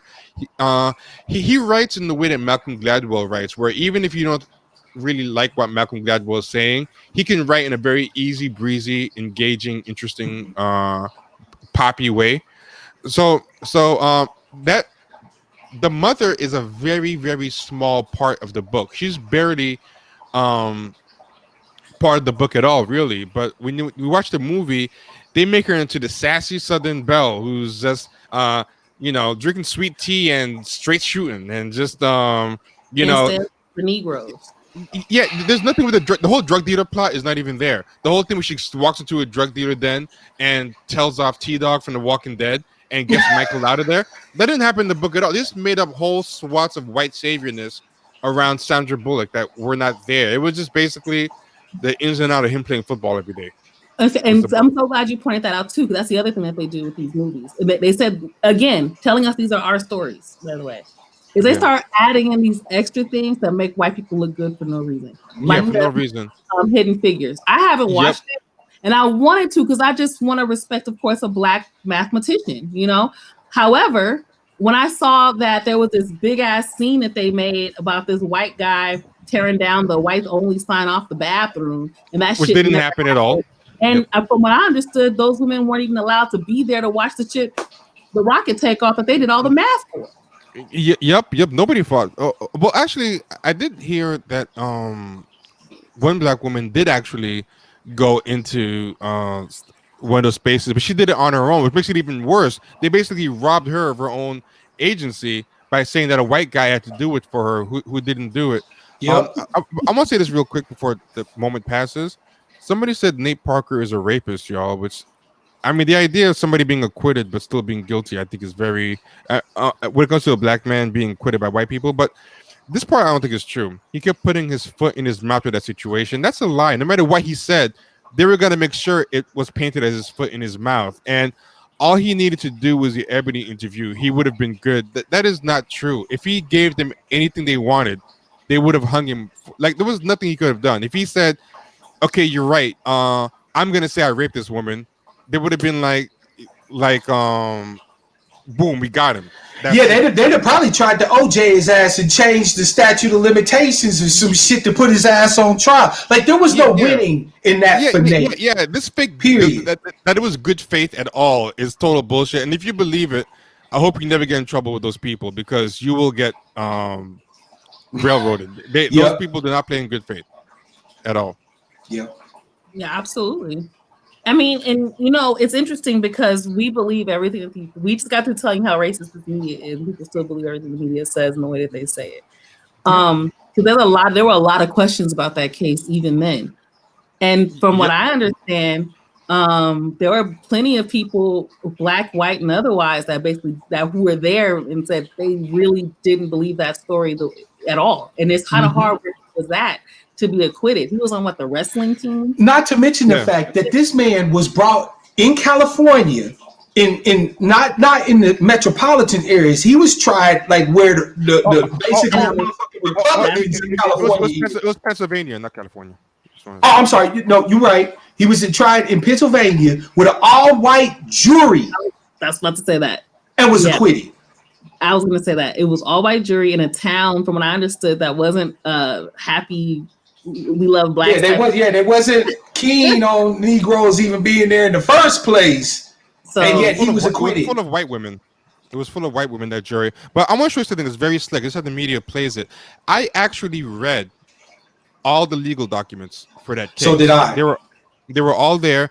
And what's interesting, the defense and the prosecutor closing statements are now private online. I don't know why, but I was trying to find them recently to show to somebody, and they're gone. I wish I downloaded them. But what is very interesting is when you look at, I'm gonna pull something up. It's very interesting.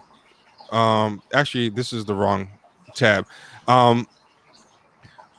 Everyone kept saying the story about how he was acquitted only on a technicality because he had prior consensual sex with the girl.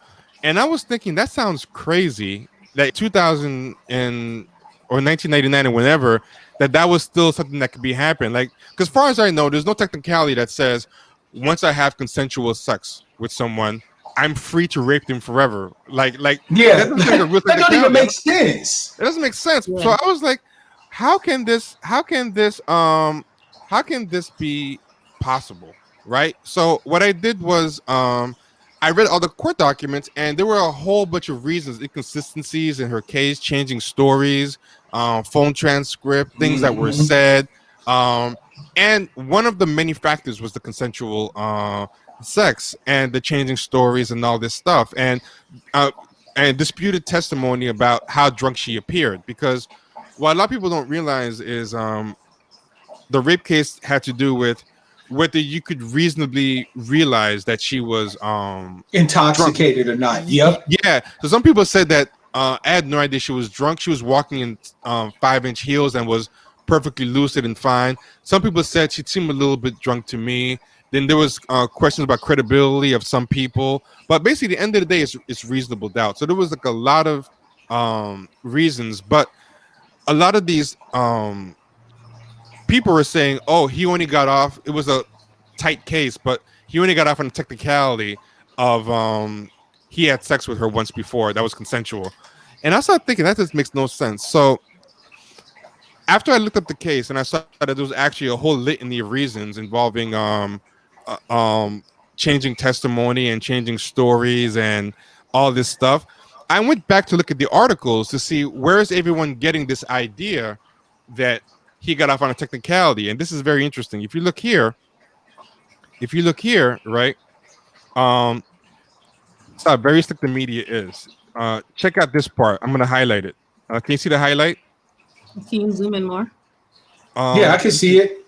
I can do this. Hold on. Let me put it like this, right? Let's see if I could zoom in a little bit more as well. But what they did was, tell me, does this zoom in at all? Mm-hmm. Yeah, okay. So they put this in there. They said, a jury acquitted Parker of the charges in part because of the testimony that he had consensual sex with the victim prior to the incident. Now, here's what's interesting. Technically, that's not a lie. That is a part.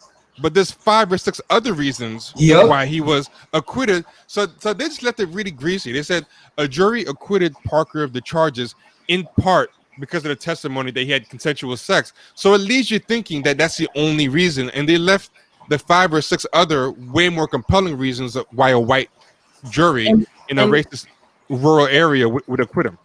And let's look at the publication. It's variety. Yep, variety bag. What, But Yep. now what you know, Variety specializes in talking about Hollywood. Mm-hmm. Yep. They knew what they were doing when they wrote that article the way that they did. That was specifically to Hollywood and the Hollywood community and those who are interested in film. Check this out. This guy Ramen Satude, who wrote it, he was on Twitter last week again, redragging Nate Parker in the mud, and I replied to him showing all these fucked up things that he did to misrepresent the case. He didn't respond to me at all. But peep this: August 16th. You see that date? Now, look at this. I'm gonna pull up his previous article on Nate Parker. Let me see if I can find it. It's let me see if I can find it. But he had a previous article where he talked about it and he left out the in part part. Is this? Let me see if this is it. He left out the part about in part, and he just said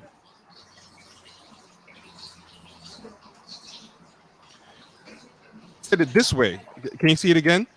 In this one, a couple of days earlier, he said Parker was suspended from the wrestling team. He was acquitted based on testimony that he had previously had consensual sexual relations with the encounter with his accuser. So in this one, he didn't even put in the in part. In part stuff. Yep. He just made it seem like he was acquitted. So he said he was acquitted based on consensual sex. A couple of days later, he put in part, and I wonder if somebody, maybe a fact checker, got in his ass or something and made him have to put that in part in. So that's where this whole thing came out, that he only got off on this technicality. And in no article did they ever actually say all the messed up statement of facts and inconsistencies and lies that she was caught in that led to the acquittal. So yeah, like too many black people take these magazines at face value, you know. I want to take this whole conversation to back to that larger plane. I'm so glad we have, like, you broke that down because it's a perfect example. This is exactly how we get conditioned to see ourselves as people. These type of hit pieces, these types of media pieces. This is what people are referencing, including Black women divestors are referencing when they talk about, look at the weakest link. Like, this shit is not an accident. This shit is part of a bigger picture and a bigger mission in media to demonize Black people and Black men in particular, in this case especially. Right? Shit, the whole Me Too thing was all about that. You know what I'm saying? Exactly what it was. I mean, look at who's been held to account for anything remotely sexual towards women, and they come out and say, "Oh, I didn't want, I wasn't," you know. It's only been Black men. Now, I'm not pro sexual assault at all. I grew up in a generation. I'm an ex. I grew up in a generation where that shit was hammered into our head. No mean no. You know what I'm saying? Like, I can't no more conceive of raping a woman than I could conceive jumping off my apartment building and starting to fly. It's just not even something to enter in my head. But that being said, the thing is that the only ones who ever get held to account for any type of sexual propriety, coincidentally, is the one group of men who are already hypersexualized by the culture at large. I mean, didn't you see recently this chick put together this ad to try to get Black men to vote? Look, with these chicks shaking their ass on the stripper poles. So we can't talk about policy. We can't talk about these politicians' history, their legislative history, what their jobs were, what they support, and all of this and that. The third, no, we got to have some chick on a stripper pole shaking her ass to entice us to vote. How insulting can these people be? I said the exact same thing. I said Black men are really dealing with incarceration. Like, this is a real issue. Like, a real fucking issue. And this bitch said in the video, she said, you can't make it rain if you locked up on some bullshit. Really? It's about making it rain? You can't be with your family? You can't spend time with your loved ones and your wife and go to the, you know, just have fucking freedom? Like, that's not the number one thing. He just wants to throw money in the strip club. I thought that was so demeaning. The other thing that really bothered me, because it was so insincere. It was insincere politics. You guys are strippers and sex workers, whatever. Do you know that sex trafficking is a real thing? Why are we not having that conversation? You guys have a platform, you strippers. Why are you really concerned about real shit and real? What about the shit that affects your work right now? A lot of these women are not making money at these fucking strip clubs. Motherfuckers is making it rain and they didn't even getting the fucking money and they got kids to feed. You're not talking. That's not what you're using your platform for. You're using your fucking platform to basically to me to be demeaning to black women and demeaning to black men. Not to mention to try to sheep herd us back on the mother. I mean, look, whatever your reason is for not voting for who I call Jim Crow Joe Biden and Chameleon Harris, whatever your reason is, if you black, I support it 100 motherfucking percent because all of our reasons are right. We literally have no choice in this coming presidential election, in my humble opinion. You vote for Donald Trump, there's more fuckery for everybody. You vote for Biden and Kamala Harris, there's more fuckery for us and everybody else get to go to sleep for another 4 years. Right. What the fuck does that have to do with black people? Like, if you choose not to vote, if you choose to vote down ballot, if you choose to vote for anything other than them, I literally couldn't give a good goddamn. You're right. Everybody who's trying to shame you, though, or trying to herd you back onto somebody's coattails as a captive vote, them motherfuckers are the ones that need to be shouted down. You know what I'm saying? It's ridiculous. And the worst part is, black women did the ad, and because the black women did it, a lot of these representation people, both male and female, were like, y'all just hating on the black woman, and it was just you're hating on sex workers. That's what they said. No, that was one of them, but some people were also saying, some of them were saying we hate black women because we don't want to show black women being empowered politically or having a political speech. Right? Yeah. I didn't see that one. The one that I saw was people saying that the black woman who made woman who actually conceived the commercial and made it, supposedly. I don't know if a white person put the bug in her ear, but she came out falling on the sword for it. She goes, "This is my commercial. I'm the one who came up with it." And she sure did. And they were saying that we were keeping her from getting a check. You know, like a black woman created something and we're just hating up. Fuck her check. Fuck her check. I'm sorry. What the fuck does that mean? I don't give a fuck about her check. It's not like her check is. This is the thing. She's not using that check to go towards uplifting us and helping us and supporting us. She's using that check to demean our people. Facts. That check. I saw her little GoFundMe. She raised money on that shit. She raised $15,000, fam, to do that bullshitty ass commercial.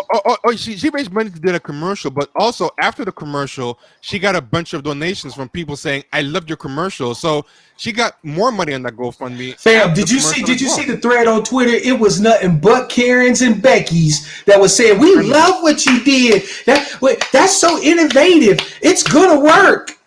And there's one white woman who was in her mentions like, yeah, this does work on a certain subset of black men. So and people asked the white woman, "What subset of black men are you talking about?" And she didn't say anything. She didn't want to. It goes back to what I said. When white people like something too much, you got to start questioning some shit. How you not questioning yourself with all these Beckys in your shit? Yeah, my first thought is like, damn, I fucked up because clearly that's what I'm stressing. If I ever do anything and it's a bunch of white people co-signing, I'm getting real nervous real fast. I'm saying I have to real nervous at that point because clearly, I'll be like, what the fuck did I? What did I do? Where's my people at? You know what I'm saying? Like, I'm just saying, get ready for my apology to my community if I see some shit like that. I'm gonna be like, oh, clearly I was fucking up.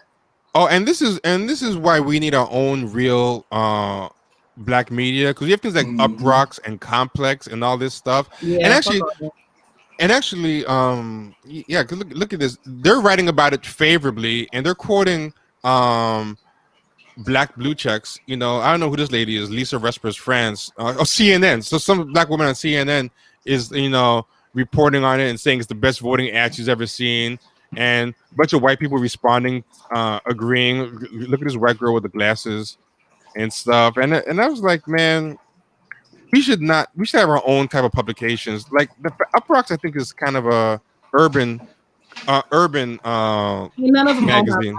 Yeah, Urban, and that's owned by Mark Echo, or at least it was. The Griot's not owned by black people. The Roots not owned by black people. AOL, nope. None of them. None of the historically black publications are owned by black people. So I mean, none of this shit's not even ours. I call them pseudo black publications because they're supposed like Very Smart Brothers isn't even owned by black people anymore. That's AOL too. Yeah, it's not.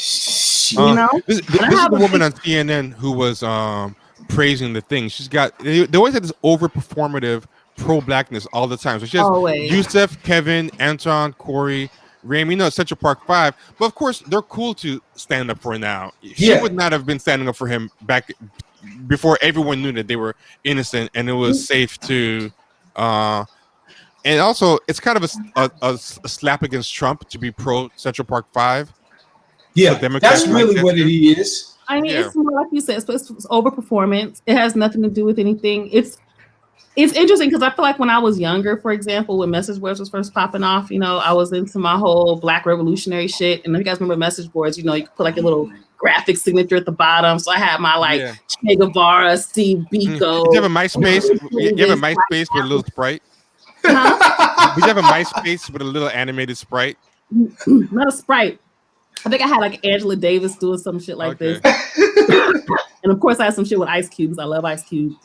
So, but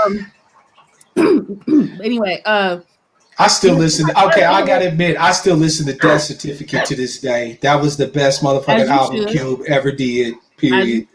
Here's my test on how hard an Ice Cube fan you guys are, real quick, right? Because I love Ice Cube too, but there's a certain period where he starts rapping like wicked. I just can't mess with it. Do you guys even like that Ice Cube phase? Because if you do, you're hardcore. Look, fam, I don't even know what you're talking about. If it's Cube, I fucked with it. Does anyone in the chat know what I'm talking about when you get that phase? Okay. Oh, I can forget it. It's not important. Go on. It's not important. Forget it. You understand, T? I am literally from Ice Cube's neighborhood. Yeah. So I'm biased. Okay. So basically, if Cube did it, I'm literally from that community. and I'm not gonna lie, I was a fan of his and Ren's, period. Like they was rappers that I'm a big Ice Cube fan too. I like not his respect, but I like early Ice Cube, and even his recent stuff that no one listens to is really good. But there was one or two albums where he tried this new style that I just did not like. You have to tell me the album so I can remember. Okay. But Players Club area, we be clubbing. Yeah, that's what it is. Oh, I love that. What the fuck are you talking about? Oh man, I did not like. Is that the song? In high school. That was LA. Like you understand? Like I'm in South Central at the time. This shit is popping. Like what the fuck? I'm not even from LA, man, and I fucked with that heavy, dog. Like wait. Is we be clubbing the song with that style? Because I'm going by what he's saying. I don't know if that's actually. I thought you were thinking of West Side Connection for some reason in my mind. West Side Connection. He was doing that style. Yeah, he was kind of doing that connection when he was rapping with fuck, what's his name? Shit. Okay. No.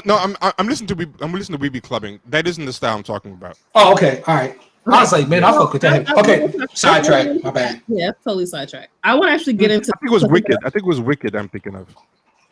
I want to get into something else that me and Mark had talked about on Twitter.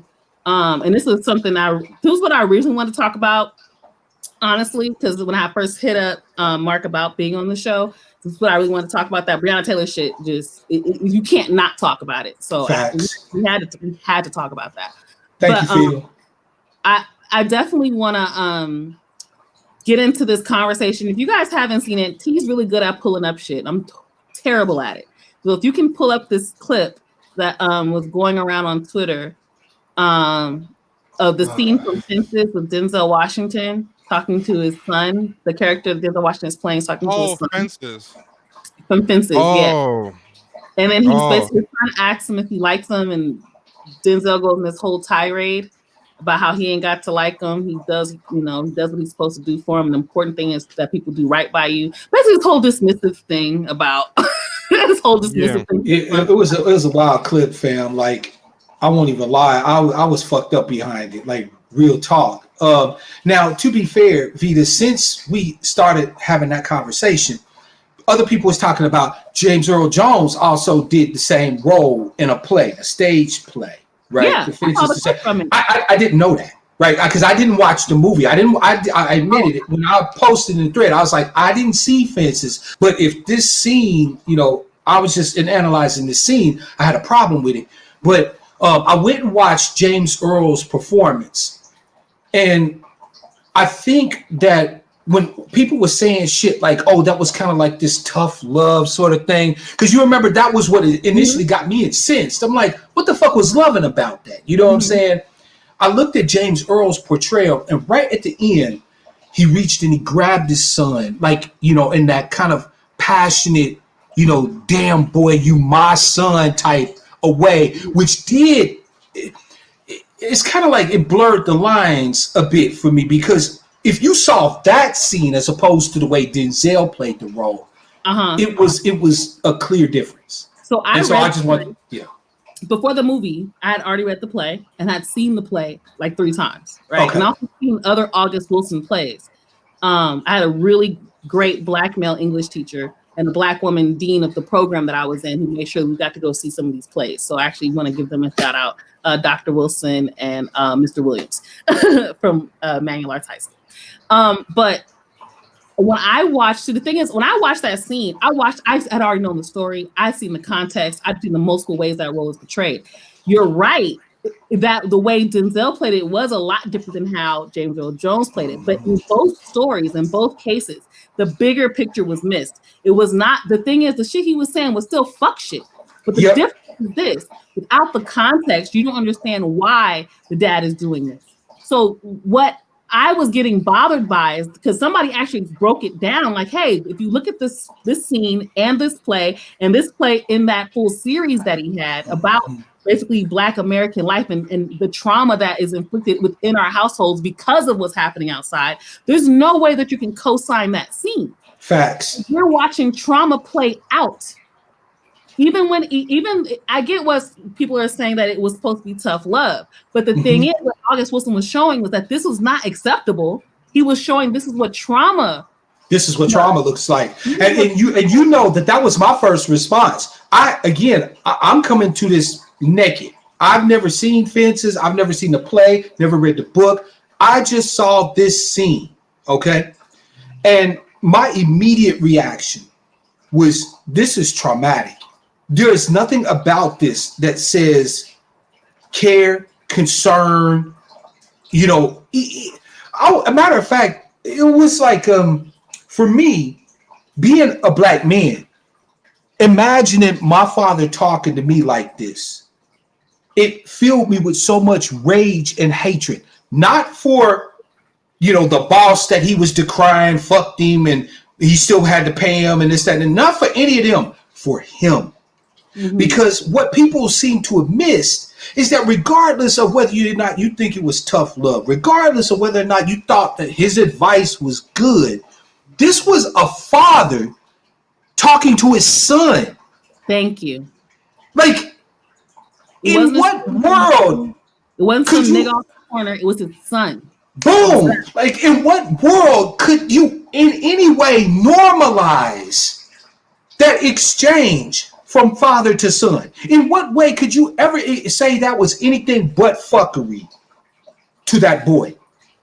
Because this is the thing. We've normalized the ways that our parents have treated us. Facts. In a lot of these cases. We think that because we love our parents. I love my parents. I've often told the story in my trainings. I teach about trauma and child abuse and childhood trauma and all that because of my abuse from my father. And I love my dad.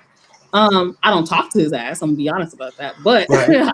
I love him and I will always love him. And at the same time, I had to be honest about the fact that he was abusive to me and the shit that he did was not acceptable. It was not okay. And it wasn't even just the physical abuse. Because I think generally speaking, we can understand the physical abuse being bad. What we don't understand is psychological abuse. Facts. And abuse. And what it's like to shame and humiliate your child. And you think you're doing something healthy and you're not. And I think a lot of us don't even see the problem with physical abuse. I mean, like that clip you had really disturbed me. That clip you had of that woman, or that woman holding up her daughter with the panty showing and Oh spanking hell her. yeah! Did you see that, Vita? Now I'm glad that shit got off my timeline fast because I was on some murder show shit. Yeah, and somebody was filming it. I'm like, why we having somebody even film this? And I'm like, I'm not even gonna look in Vita's replies because I know it's gonna be a whole bunch of black people saying, well, you know, you gotta do that sometimes, or my parents did that and they were great, you know. So I didn't even look at the comments. It's like, nigga, you did not turn out well. Look, I'm ready to shout these niggas the fuck down. I'm sick of this shit. These motherfuckers who sit here and say, my parents whooped my ass, and look at me, I turned out well. Soft. You did not turn out well. But their measurements. This generation just soft. This is their measurement. I didn't go to jail. That's their measurement. My parents didn't whoop me. I would have gone. No, you wouldn't. First of all, I worked with kids who were incarcerated. All them kids was getting spanked. So yeah. I was gonna say, you know, people in jail been beaten by the parents. Like if that worked. Wait a minute, T. Hold up a second. Officer Friendly, pull up. All right, get the nightsticks, get the gun. This nigga. Wait, hold up. Pause. Everybody, pause. I got one question for you, nigger man. Did your parents whip your ass at home? Yes, sir. Ah, shit. All right, fellas, stand down. Right. He's good. One thing everybody knows about people whose parents beat them all the time is they have the most constructive conflict resolution skills. Yeah, that's the main thing everyone knows about people whose parents beat them all the time. Right. Well, let's put this, and this is something I always talk about too. We don't even think about the fact that how many of us, all day, every day on Twitter, you niggas is always talking about your fucked up relationships. You can't find a man.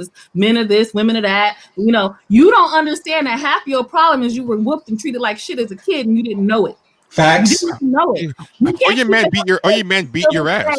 Hold on, you can't keep a healthy relationship till this day. You don't even realize that you can repair conflict because all your first reaction is to go off or to just leave or what to cheat, whatever it is. Because you don't realize you have an attachment trauma. Literally, it's called attachment trauma. Look it up. You don't even know that your relationship with your parents had a direct effect on how you view relationships as an adult. But you know what, though? It gets even deeper than that. Because shout out to Dr. DeGrue and her concept of post-traumatic slavery disorder. We dragged kicking and screaming Mammy and the overseer off of the plantation, and I'll prove it to you right now. On the plantation, Mammy's job was to make sure that Massa was happy. And the overseer's job was to make sure that everybody was productive and that everybody stayed together, right? That, you know, everybody, it was just one big mass of workers, right? Now, one of the ways that they did that shit was by punishing you so that Massa wouldn't sell you off, wouldn't do worse to you and the whole 9 yards. So they would beat your ass and be like, don't worry about it, Massa. Oh, disrespectful ass nigga. I got him. And they would fuck you up. But it would save you from a possible worse fate at the hands of Massa and Missy. Now, pause. Because I'm not blaming our people. That was pro-survival during our enslavement as chattel. Thank you. But we ain't chattel slaves no more, right? And to continue to abuse your children like you hear it all the time from black parents. Mamas will say, "I'll whoop his ass so the cops won't have to." As if that ever stopped the policeman who want to fuck up your kid from fucking your kid up. Mark, I want to tell you something. Everything you saying is exactly why I fuck with you. Because that's literally what I teach. No, so I teach a class called Trauma-Informed Compassionate Classrooms. And I also teach a class called Trauma-Informed Nonviolent Parenting. In both classes, I'm teaching people exactly what you're talking about and pointing this out. Mind you, I teach black teachers and educators, and I teach black parents too, right? We have this mentality of crime and punishment because that's all we've ever known. We think reward and punishment is the only motivating things to get people to do things because that's what Eurocentrism has taught us. That is a Western belief, and we live by this shit. And we even have been conditioned to think that this is how we naturally are. We believe we are naturally violent. I can't tell you how many of my friends, included me, I have a friend of mine. We get into it all the time. I love him to death. We get into it all the time about this topic. Because he keeps saying to me, well, it's about the black way. I parent the black way. I said, why do you believe that the black way is inherently violent? just like what you pointed out, Mark, we say things like, if I don't beat them, the police will. But what we don't realize, what we're really saying is, if I don't beat him, Massa will, and Massa might kill him. Because remember, Dr. DeGroote talks about this in one of her lectures. White women were beating Black children to death. Yep, the casual killing acts and shit like that. They had to create a law to protect these women. So we know that's how pervasive it was. Mm-hmm. So you had to beat your child in front of these white folks so they wouldn't kill your child. And I think that's the part that we misunderstand. We think that's who we naturally are. Like you said, we were surviving, and we are still parenting in this survival mode. When I teach my classes, the Black people usually have the first wall up. First wall out of all my, Black and Latino. I'll be honest, Latinos do the same shit. Yeah. You know, anybody that comes from a colonized or enslaved place, or has ever become, or has enslaved or colonized ancestry, for some reason, this wall just goes up. Because all they know is, if I don't beat the shit out of my child, these white folks will, and I might not see my child again. And they really believe it. And my Black parents get so caught up in this belief that when I teach them, hey, there's empathy. You can actually connect with your child and talk to them. You don't have to have this authoritarian perspective on every single solitary moment. Oh, Vita. You know what? You are building up, hold on, just real quick. Go ahead, sis. More disconnection. And you're creating the exact problem you say you want to change. For example, you create more dependence, and you create more of a longing for connection when you are abusive to your child, thinking you're preparing them for the real world. Because now they go out into the world seeking somebody's going to give them that thing that you didn't give them. And guess who's going to prey on them first? Exactly. Yep. That will take advantage of that and treat them the way that you did. You know what's interesting to me too is that when I said what I said earlier, to any sane, rational person in this discourse, that would have shut down the whole thing. But most, like you said, most of us got that wall up, right? We okay, that's, I get it, slavery, nigga, okay, fine, right? And we put the wall up, okay? But what the deeper thing we don't realize is that the evidence for that coming directly from the plantation exists in the fact that we treat our children like the chattel our ancestors were. Yes. Our children are not human beings that we have a responsibility to try to turn from little human beings into effective big human beings, right? They are our property. We treat our children like chattel. We have ultimate control over them. They have no say-so at all whatsoever. We tell them definitively, you will do as I tell you, regardless of how you feel, what you think, what you know, or any of that. My reality is your reality. And if you do not accept it under pain of punishment, and in a lot of cases, death, because we don't talk about a lot of our Black children being killed at the hands of their motherfucking parents, right? Yes. So on pain of death, my reality will be your reality. Just like the white reality was our ancestors' reality, like chattel. It's directly from the motherfucking plantation. It's funny because there's actually a podcast episode, guys, look out for it. I did an interview with someone who's on Twitter. His name is Scientifically Social on Twitter, but his name is Randon Taylor. Yeah. And he is Friday. Actually, this Friday for people. Actually, tomorrow. Yeah. Tomorrow. Okay, so it'll be out tomorrow. Yeah, I'm excited. What's the brother's name? I'm gonna go on Twitter right now and go ahead and follow him. His name is Scientifically Social. I can send you his profile if you're interested in getting more. He studies something called medical sociology and social sociological psychology, and it's really interesting. But one of the things we talked about. Tell me his thing again, so I could put it on the screen. I want to put it. It's Scientifically Social. I don't know exactly how it's spelled and what all the. Okay, let me double check and I'll put it on the screen. If you want to follow him. Oh, I like this brother already. It's no measure of health to be well adjusted to a profoundly sick society. I already fuck with him. He instant follow. He's a really, really amazing guy. I actually we started talking because I just liked his Twitter bio, literally the same thing you just did. But one of the things we talked about on that show, and in this podcast that you guys are going to get tomorrow, was something that you just touched on. And that's the fact that we have this way of seeing ourselves and seeing our identity in this, like, how do I explain? Like, seeing our identity in this way that's wrapped up in this way that we were treated by white people, and then we passed that down. And so there's actual studies, and we talked about this particular thing. He named it, and I can't remember what it was called, but I read it when I was in school. I took a class called Sociology of Childhood. And one of the things we learned about was how in children, and there's studies that show this, children who are raised by working class parents are treated differently than how children who are raised by parents who are executives and shit like that, right? And I think they actually have 3 tiers to this, but I'm going to focus on these particular 2 tiers. But they saw that people who are working class parents tend to talk to their kids a very specific way. It's about authoritarianism, following orders, and those are the kind of jobs that those people usually had. Jobs where they followed orders and you do what you're told. It's about making sure that you're being managed at all times, right? Children of executives are able to do things like negotiate. Mom, can I play outside for 10 more minutes? No. 5 more minutes? Yes. So they're learning to negotiate. They're learning how to get everyone's needs met at the table. I was actually teaching at a preschool in Redondo Beach. I used to work in a lot of other places like South Central, Inglewood, Watts, things like that, working with children. And then my first time being a preschool teacher in Redondo Beach blew my fucking mind. The way that they talk to the kids is a lot different because these are kids of executives. The reason I got the job is because I was nannying for someone who was a black guy who was an executive at Wells Fargo. No, not Wells Fargo, State Farm. And so his kids were going to this specialized preschool. And these kids learning how to be executives. You don't, like, for example, 2 kids are fighting on the yard over a toy. You don't go over and take the toy and yell at the kids and say, I'm taking it away. Nobody gets to play with it.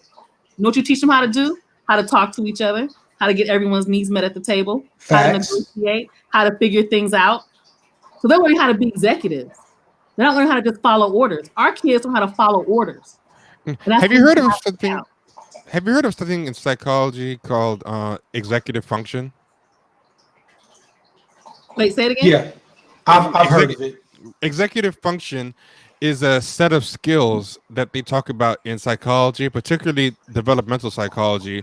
Executive function is a set of mental skills that includes working memory, flexible thinking, and self-control. We use these skills every day to learn, work, and manage daily life.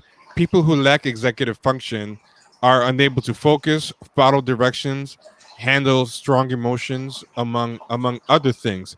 And it didn't occur to me until you talked about training people to be executives. I'm wondering if the executive and executive function comes from the idea that these are skills that executives have. I wonder if it's a coincidental thing, because by coincidence, everything that you're talking about that they learned in the school to be executives, or where the kids were executives, fall under the umbrella of executive function. Executive function has to do with self-control, inhibition, paying attention, conflict, constructive conflict resolution, understanding different points of view, regulating emotions. But you know what though? The word, I was gonna say just real quick, the word executive in itself means to having the power to put plans, actions, or laws into effect. Exactly. Okay. It means to act. And think about what that means, right? You have on one hand a group of children that are raised to only act when instructed to do so, under pain of punishment, torture, up to and including death. And then you have children that are raised to be able to learn and practice all throughout their childhood these skills that will ultimately allow them to exercise agency. And then we wonder why adulthood happens, 18, and you got a group of adults that can only be reactive, that can never problem solve, that have an issue with addressing anything that lasts more than 5 minutes of discussion, because it don't take more than a couple of seconds to tell somebody to do something. In order to act on something, you got to ask questions, get information, have discussions, make analysis, and so on and so forth, right? If you've never been taught these behaviors, why are you surprised that you have a group of people who can't spend more than 5 minutes on discussing the issue? Like Sister Vita said, our upbringing is a direct reflection of how we're going to relate to each other, how we're going to relate to our mates, our family, our friends, the greater society at large. We have not yet made that leap to understand that as as our children go, so do we. Mm-hmm. Absolutely. I love that. And you know what? I'm glad you put this up, T. So the sort of stuff that the marshmallow test supposedly proved. You know what's interesting? That marshmallow test is such bullshit. I think what it ended up proving was different than how everybody used it. I listened to this whole podcast. It's one of my favorite podcasts about psychology. It's called what's it called? I can't remember what it's called now, but it's a really good podcast. It's not Freakonomics, is it? No. It's I hate that podcast. You don't wait. Is it You Are Not So Smart? You Are Not So Smart. That is my podcast. I love that podcast. I'm about to get on that one. See, y'all hipping me to some shit. It's a good psychology podcast. And they break down certain studies. And they've actually talked about that one. Actually, now I also read about it a little bit as well. What's funny about that study? He agreed to be on the show if you ever want to talk to him. Oh snap! Please, can I? Brother T, Sister Vita, can I get an invite when y'all have that person on the show? Can I just? Oh, I'll be a fly on the wall. Y'all, I'll shut up. I promise. No. Just let me soak it up, man. But the funny thing about that test is a lot of people who were in that original study actually were like those were kids who were actually pretty privileged. In fact, I think that's what the study actually ended up proving more than anything was that their class level and what they had access to was the bigger determining factor into what their life outcomes were going to be, not whether or not they were going to eat a marshmallow or whatever was they'd wait for a marshmallow if they think it was more a symptom than a cause of anything. Like those kids were already on a good track of not being traumatized and having lives of abundance. Like a lot of the kids who couldn't resist eating the marshmallow couldn't resist it because they were in traumatic households where they had to like grab onto it. They had attachment issues like you talk about, or they had issues of like sparsity where if they didn't eat now, they might not eat later. And a lot of the rise and grind Rock Nation brunch type Twitter type people, or those motivation types or success win people said they took the wrong lessons from it, and they said, oh, these people all grew up successful because the marshmallow test was like people who could resist instant gratification. When they checked on those people later in life, they were all successful. So people started saying, oh, the lesson is train yourself to resist instant gratification. You'll become rich the way those kids did. But no, those kids were already rich and privileged. Yeah, they were already on a track of abundance, of having their needs met. And the whole night, I mean, you cannot escape at the end of the day.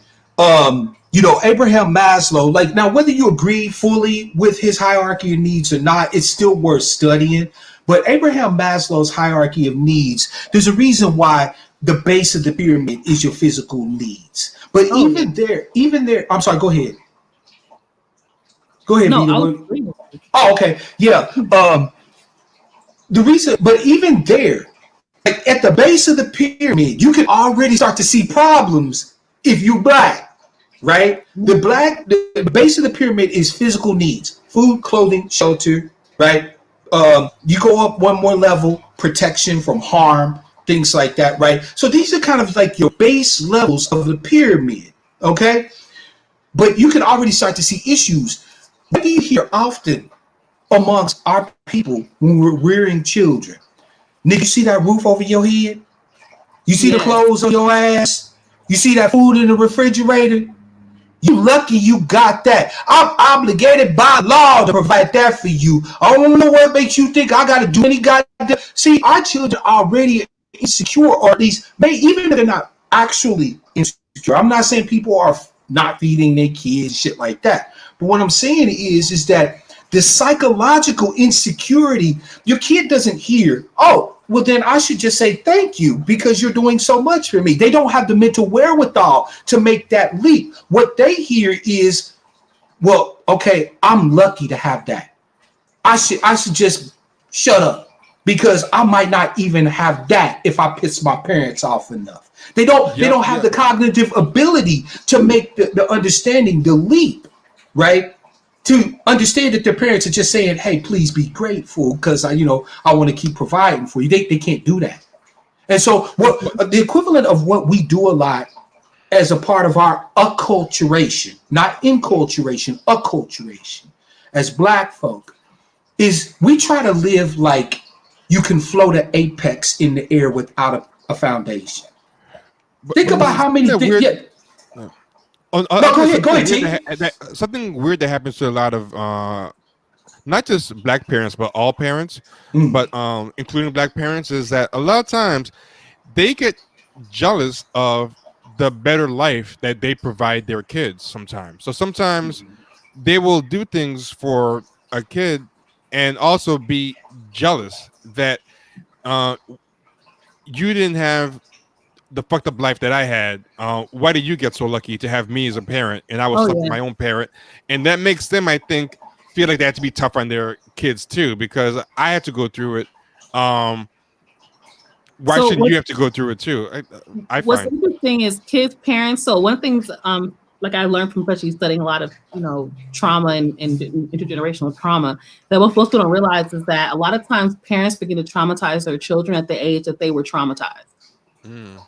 So, for example, I worked with one of the key things I worked at a domestic violence shelter, and I was training these moms there. And one of the things that I would get often in that space was about women who would begin to become basically abusive to their daughters around the age 13, 14, when they began to develop. And a lot of it was because around the age they began to develop, when they began to become sexually assaulted. Then they began to be abusive to their daughters, forgetting that they were once teenage girls who wanted to wear a miniskirt. It goes beyond just, hey, don't wear that miniskirt, to basically calling her a slut and beating her up and that sort of thing. They become abusive because they're panicking. A lot of parents don't realize that they're at that's what's happening with them when they begin to do that. So that's something that also happens in a lot with parents. The other thing is that I don't think they often realize that they're passing down their trauma. So they don't realize that because how they were treated, that they're now that they were traumatized and they're passing it down. For example, we should not be desensitized to a child screaming and crying as so they're being attacked. Yeah. We should not be desensitized towards that. But for some reason, we're desensitized to watching a child suffer and cry. And we justify it in our minds and say, well, it happened to me. Because we don't even realize we were abused. One of the key things that I had to learn was that I was abused. I didn't know I was abused until a few years ago. I'm over 30. My brother basically had to break down to me like, how do you not? I didn't even remember certain things because my brain had justified it like it was a regular part of my life. My brother, because trauma affects and abuse affects boys and girls differently. Girls tend to have another survival response called appease. Women tend to, what happens is our bodies flow with oxytocin and we become more bonded with our abusers. That's why women don't leave those type of relationships. It's not just, sometimes it is also because they're scared, but also because they're literally chemically bonded with their abuser. The same drug that keeps you, or the same hormone that keeps you bonded to your babies. So it's the exact hormone. Your body flows with oxytocin, and that's how both men and women, men also flow with oxytocin as long as they keep their babies. And I want to get into another tweet after this one that I have put up here that touches on this point as well. But quick thing, I just want to thank Gold Link and Jules Winfield for dropping a super chat. Appreciate that. Thank you. I also wanted to shout out somebody. Shout out to my brother Cease. He's one of my angry black sheeps. Welcome to the broadcast, fam. I'm glad you had a chance to show up. Glad you came through. Oh, welcome. Thank you. And thank you to everyone who's been supporting and donating. I appreciate it so much, or we all appreciate it so much, because this is important work. We want to continue to do this and have these type of conversations because they're not happening everywhere else. They're really much. Vita, I'm sorry to cut you off mid-thought, but I just needed to find the opening because it's getting late here and I'm tired. So I'm going to go to sleep. So I was just waiting for an opening to jump in and say that I have to go. But please, if y'all want to keep going, this is a pretty good chat. And we're going to wrap in a few. I just want to make some key points because we talked about it on Twitter. But yeah. Oh, okay. If you're going to wrap up in a few, then I'll just hang out and wait. Yeah, I want you to hang out. Okay. So you were demanding nicely. Brother T, I was just gonna say that. T, you've been told. Yeah. I thought I was being confronted. I was being told. You know how black women communicate. No, but what was this happened? You break me off though. I lost my point. What was I saying? No, you go ahead, fam.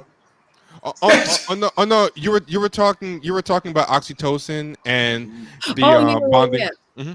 because I wanted to get into the science of this shit. Because people, we don't realize a lot of shit that we're talking about is not just some arbitrary shit out in the ethos somewhere. These are actual neurological, biological, physiological things that are happening to you, right? So at any rate, what happens is I got because of my chemical response to the abuse, I didn't realize I was being abused. My first reaction was to continue trying to bond with my father. So I had created this imaginary relationship that never even existed. Yep. Never existed. I had a relationship with my dad that never happened. Not that things didn't happen. Like my dad wasn't like he knew he was mentally ill, and he has a bipolar disorder. He's also, my brother believes he's sociopathic. I'm trying not to believe that, but he did know how to say what he was supposed to say, but he struggled with his impulse control. So he would also say other hurtful things on top of being physically abusive and all those things. But what happens when you're being abused, you normalize it. So I thought this was what's supposed to happen. This is what, in fact, I justified hitting him. I believed in hitting kids for a long time. It wasn't until I learned other ways of communicating with kids, and I was like, wait a minute, you don't have to hit kids to get them to listen. Right? It fucks people up when I tell them that I have 2 biological children. I have never once, not once, hit my kids. Never.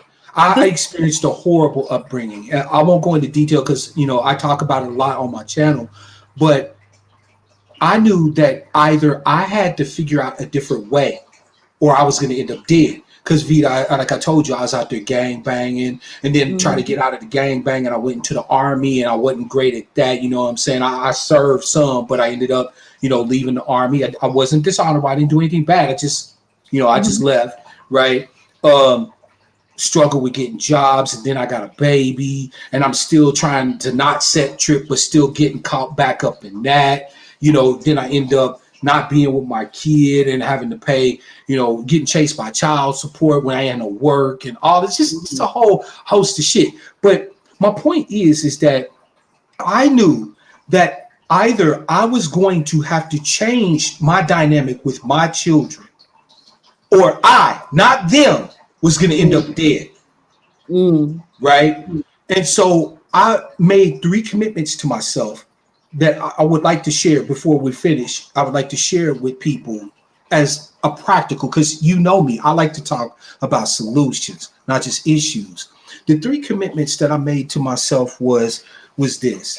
Number 1, that my children were going to have a say in everything. Now, I know that seems radical, because how do you let a 2-year-old have a say in something? Well, it's very simple. You present them with choices that are easy enough for them to make. So like when my son was 2, and I wanted him at some point to take his nap, but I knew he was going to watch some TV, right? So like his videos or whatever. I would say, okay, Bug, that's his nickname. I say, Bug, you can watch either SpongeBob or VeggieTales. Which one would you like to watch? He would think about it. And he would say, I want to watch SpongeBob. Okay, now I'm going to let us watch SpongeBob. We're going to do that. But can you agree with me that after 2 episodes, we're done, right? There won't be no squawking, no fighting. We're going to do it with 2 episodes, and then it's nap time. Cool? And he say, okay, Dad. And sure enough, in this 2 episodes, he's already curling up under his blanket on the couch to take his nap. No squawking, no fighting. He had a say in it, right? And that, I'm sorry, go ahead. I just want to hit this because this is exactly what I teach in my class. Everything you're saying. Because what you're saying also you had to do, and you didn't say this part, but this is I picked up on it. You had already observed what his needs were. One of his needs is he needed choice. Choice is a need. By the way, choice is a literal biological, neurological need. We tend to think our only needs are the physical needs. While those are pertinent and clearly the most important, at the same time, these other needs are important. Their ability to have choice helps. That's why you don't have a fight, because he don't have to fight. He had choices.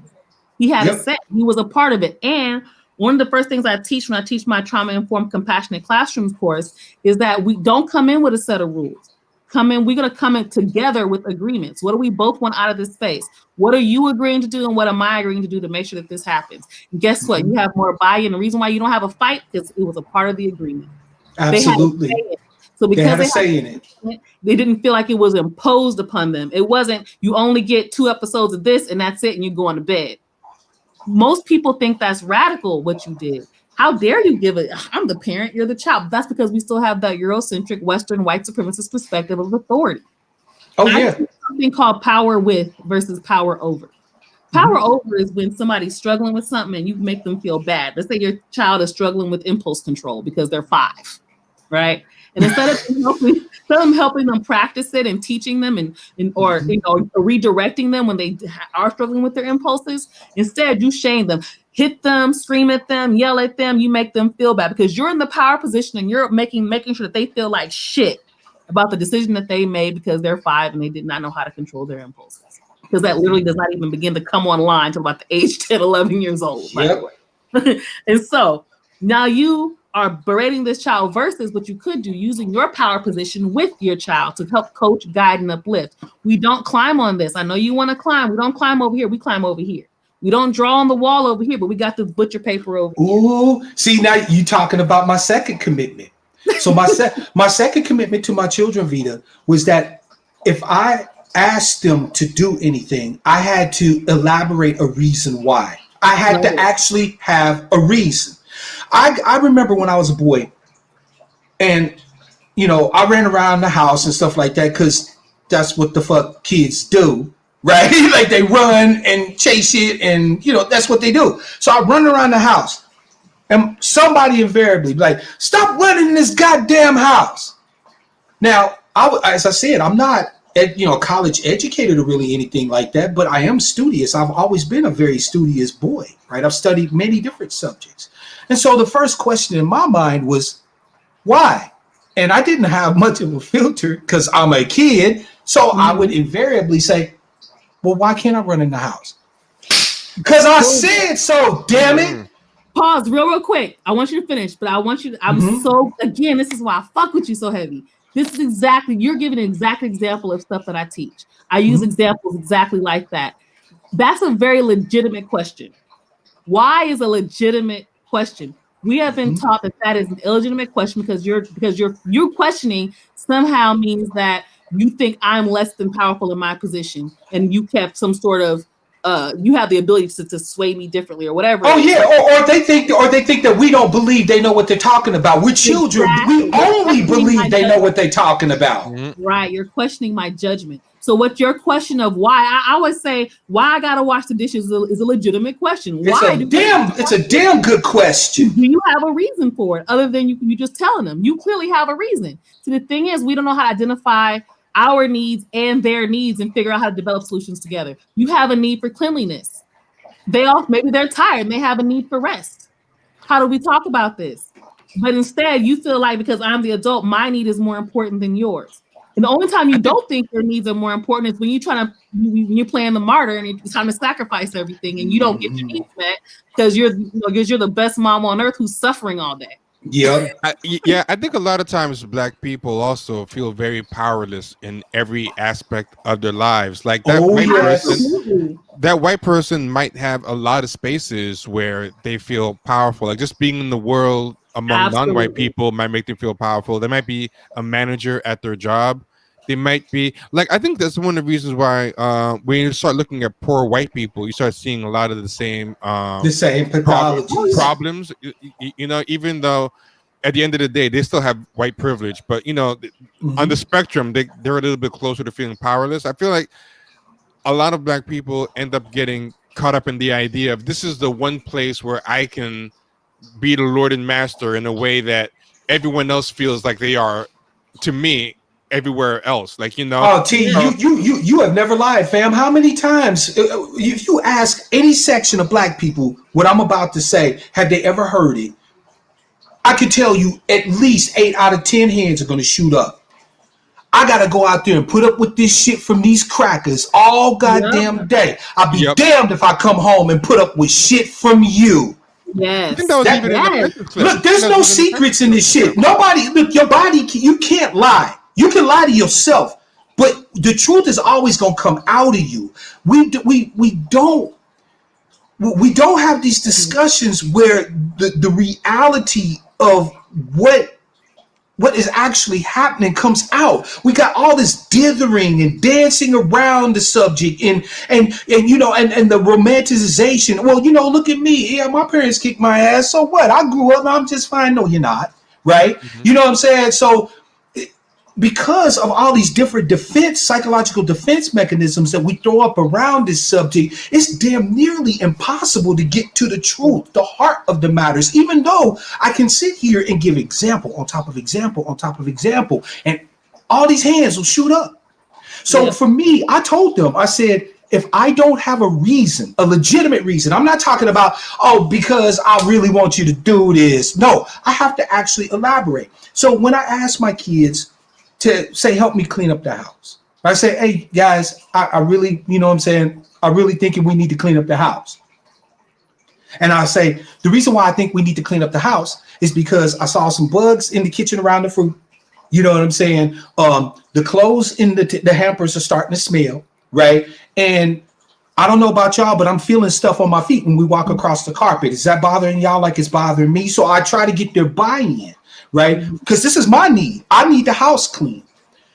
Yeah. If, however, they said no, I cleaned up the house by myself. I simply respected their right to say no. There's no pleasure in saying yes to anybody if you cannot say no. You know what's funny? I always tell parents, say, look, there's a difference between if it's a request, then you have to be okay with saying yes. I mean, hearing no. If it's not a request, make sure it's clear that it's not a request. Otherwise, don't make it a request. Hey, will you clean your room? No. You asked. Yeah. I do know, T, you have to go. I'm gonna go ahead and let you go. Okay. And then I'll just make one last point, because I really want to touch on this thing I have put on Twitter, because I thought it was a really interesting conversation. I want to talk about the role of men in particular in Black fatherhood really quickly before we lose Mr. Black as well. But thank you so much, T, for joining. You want to say before you sign out? T, love you, brother. Peace, man. And I found the Ice Cube songs. It was Wicked and Natural Born Killers. Those are the two songs. Okay, Natural Born Killers was kind of boozy. I'm not gonna lie. It's not my favorite. It's okay. Okay, you right. Natural Born Killers wasn't it was not it. This is great. You got to come back on again. You should come back on the regular podcast, and we could chop it up there as well. Oh yeah, hey, and fam, y'all have an open invite to come and join me on my broadcast. I broadcast every Wednesday and every Saturday at 4:30 p.m. Pacific, which may be a little too early for y'all or whatever. But you're welcome LA, anytime. Baby, don't trip. Yeah, I'm taking you up on that for sure. All right, guys, have a good night. All right, thanks. All right. So I want to get into this tweet because we touched on it in the conversation as well, which is I thought this was, and for the most part, people did like this tweet. So I'm not complaining about the response to the tweet at all. I got a couple of people who had some issues with it. But I said, dismissing your child's emotional needs because you work hard to put food on the table isn't going to breed the results you think. And the reason why I said that is partially because of that clip, but just in general, because I saw the conversations around this idea that, your parents are providing for you, or that, so that's as though that's enough. Because the reality is this, those things are important, and your child's emotional needs being met are also important, because that drives behavior. One of the things that we talked about a minute ago, and I want to talk on it before, was about the idea around executive thinking and executive functioning. The reason why so many of our youth are hyper reactionary is because they had to live in that survival part of their brain and more than they've been able to develop the executive part of their brain. So I often talk about, I might have done this in the show before, talk about the triune brain. Now the brain is more complex than this. This is like an oversimplified version of just quick explanation of the brain and how it works and how it develops. This is what we call the brain stem. When I teach kids, I use my hand. Brain stem. Okay. This is where your survival part of your brain is. So that's back here, back part of your brain. That's your fight, flight, freeze, eat, sleep, poop, mate, all that shit. Reptilian brain, think of it like a reptile. What does a reptile do? Run, sleep, jump, eat, basic functions, right? Now, the thing about that part of your brain is that it's online when you're born, and you pretty much operate in that part of your brain between the ages of 0 to 2. Around 2 years old, another part of your brain comes online. It's called your limbic system. Okay, that's or your mammalian brain. Now that part of your brain between the ages of 2 and 10 is where you're primarily operating. That's what happens around the age 2. You have that what's that phase called? Terrible two. The terrible twos. Terrible No, twos. that's their favorite word. No. No, because now remembering this is where they're beginning to exercise understanding connection, understanding empathy, understanding rejection. So when you tell that baby no to that candy bar in the store and they fell out, they were supposed to do that. That's 100% natural. Yep. They felt that no deep in their body. That shit hurt. We don't remember it because we're not two no more. So that's why they're kicking and screaming on the ground, because that part of their brain, that connection part of their brain, they're feeling hurt and rejected right now. So that's normal. Now, what happens around the age 10 to 11 is your neocortex comes online. That's where that impulse control, executive thinking, all that shit is here. Around the age of 15, your prefrontal cortex, right here, your prefrontal cortex comes online, and that's when you begin your long-term thinking and planning. That's why around 15 years old, kids start thinking about what jobs and schools and colleges and futures and all that shit, right? That's because that's the part of their brain that they're operating in now. It's time to start thinking and planning. That's why you talk to a 12-year-old about what they want to do in 5 years. That plan's going to change within 3 months. Excuse me. Sorry. No, I was thinking at 12, they like, I don't know. Right? But at 15, they got some solid ideas. Oh, they want to be a doctor. They want to be a lawyer. That's what you told them they're supposed to want to be. They know how to. They're not tell you what you want to hear. They learn all that shit, right? But this is the reason why I'm explaining all this is for a reason. So this is something that happens. And by the way, your brain doesn't finish developing until about the age 27. For women, for men, it's like 30. So I never understand why people get married under 30 because your brain's not even done developing. But whatever. So, but anyway, so what happens though when you get upset or angry? Is all that, see that development that happened this way as you were growing and learning? Guess what happens when you get upset or afraid? It peels back. It's done. You go back to that survival part of your brain. It's called regression, and it can happen in an instant. People think regression is a process. No, you could go right back to mammalian brain in an instant. Oh, you ever heard somebody, we all do it. You ever get mad and say, next person's acting like a 2-year-old? Because they literally are in that part of their brain. Because what happens when we get angry or upset is that what happens is our brain says go into survival mode and protect yourself. So that executive function and all that shit, all that executive thinking, that goes offline. And that's for a reason. Like you ever be sitting somewhere and you see something at the corner of your eye and you go like this without thinking. You have to stop. You have to go look. No, none of that shit. You were out of it. Your brain did that for a reason because you don't know what that danger is. It's not time to sit there and figure it out. Get the fuck out the way. Now it turns out the plastic bag blowing in the wind or some shit. It ain't. But what if that was a rabid dog coming at you? Was that the time to go? Oh, I wonder how fast that dog is going. Will it ever get to me? If I turn this corner over here, would I get? You don't have time. Your ass is getting big. So that's why that part of your brain goes off. The other part of your brain that goes offline, that limbic system. Because guess what? It ain't time to bond with the damn dog. Oh, look at the dog. Oh, isn't it beautiful? It's not time for all that shit. You got time to connect and bond. You go offline. It's time to survive. And it's time to either fight, freeze, or flee.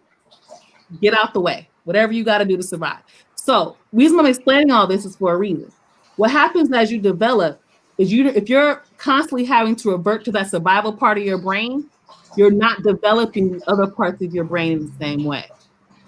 So what happens is now you have all these, for example, hyperreactive kids in a school because they've been traumatized, hearing gunshots every day, maybe having a parent that's abusive, maybe going to a school where they bully them. Whatever it is, this kid is going through whatever traumas. And now you so much as look at them the wrong way, they're ready to snap, because they're operating constantly in that survival part of their brain. And they're losing their ability to even empathize and connect. That's why it takes even longer to de-escalate kids who've experienced a certain amount of trauma, because all they've ever learned is how to survive. So when we have these kids, when we ourselves are traumatizing our children and constantly putting their brains into survival mode, you hitting them because they're not making the grades that you think that they should be making, or you screaming at them because they did something that they didn't understand they weren't supposed to do, or you think that they should have understood, but they're 7 and they might have understood, but they're gonna do the shit anyway because they're fucking 7, right? So you do those things, you don't realize that you're also traumatizing them, and you're making it harder for them to learn and harder for them to remember the things you teach them. And we think we're doing something good. The other thing I wanted to touch on, this goes to this point around dismissing your child's emotional needs is there's this other belief that I don't seem to understand where people get this shit from. This. Now I don't know this person like that, so I'm not trying to call her out or no shit like that, because she's a nice person. But this idea that there's these separate roles of connection from mother and father, I have a big problem with that. So she says, in response to my tweet, well, this is why back in the day, fathers worked hard to put food on the table while mothers tended to emotional needs. First of all, mothers were also working for Black people. So I don't know where we get this fantasy idea that there were these separate roles as far as bringing income to the house. Most of us were poor, and most of us had to work. My grandmother was cleaning houses. Leave it to Beaver, white folks. Right. And you're using this story as though it's ours. So that's not even realistic anyway for our stories in general. Right. So this, she says, what happens when families don't get that quote unquote balance anymore? This is the thing. It's not the father's role to only to be a physical provider and the mother's role to be the emotional provider. That's some weird Eurocentric bullshit that's not realistic. And what's funny about that is that wasn't even always a white perspective either. Mm-hmm. There was a time when most Americans lived on single family farms and both the husband and the wife were at home with their kids. There was no working outside the home. That was industrialization that did that. Yep. So a lot of that shit is not even realistic. But we have this belief now that that's somehow the case. Now I'm interested in you because you're a father, you're a Black father, and I'm really interested in your take on this statement. So what's really interesting for me is that, and I'll be honest with you, it's partly because of my temperament. I'm kind of an introvert, right? Even though you wouldn't be able to tell it from the fact that I'm a YouTuber and broadcaster and all of that. I'm very much all the time. Yeah, exactly. But no, seriously, sis, I'm an extreme introvert, right? A total nerd and introvert. But nerd, definitely, I can see that. Yeah, most deaf, right? But for me, I haven't been exposed to a lot of ideas that a lot of other people seem to take for granted. Like when I see things like this, it just completely does not compute. There was never any concept, I guess, in my head of this differentiation of parenting.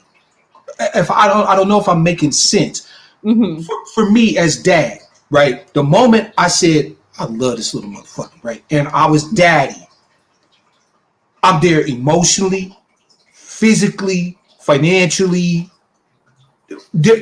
I'm speaking from my internal experience, okay? Because I know what people think they see, but internally what's happening to me is there's no separation in how I'm there for my children. I don't look at their mom and say, oh, well, you know what? She got that emotional shit, right? She can go over there and deal with them when they're crying and all, you know what I'm saying? I'm just going to fall back over here and play my goddamn Xbox. I never had that concept, right? So for me to be told that my only role in the family unit is to simply provide resources. What? Like, why should I have to? See, the thing is I think a lot of brothers aren't used to speaking up on this type of shit. And me, I don't give a fuck, right? I'm just going to say it straight out. Why should I be bound by your ideas of utility on me? Right? I have every right to be a multifaceted being. I can be emotional, right? I can cry if I want to. I can be mad if I want to. I can go in the room and say, I don't want y'all fucking with me for a minute because I need a moment, right? I have every right to do that. I have every right to be broke sometimes and then to go out and get my hustle on and get my grind on. And if I can bring back the resources, great. If I can't, we're going to have to find some way to make it up, and fuck you if you don't like it, right? I have the right to still be considered of value because I'm there, because I'm me and I'm there, regardless of these roles that people try to throw on me. I define what man is for me. There's my definition, and then there's the I don't give a fuck definition, because anybody else don't get to define what man is to me except me. Mm-hmm. And that's what I taught my son. I say, son, you will become a good man, but you will not become a great man until you define what it is to be a good man. Mm-hmm. And I meant that. I meant that for him. It's not what I say he is as a man, what his girlfriend or his woman say he is as a man, what the white folks say he is as a man.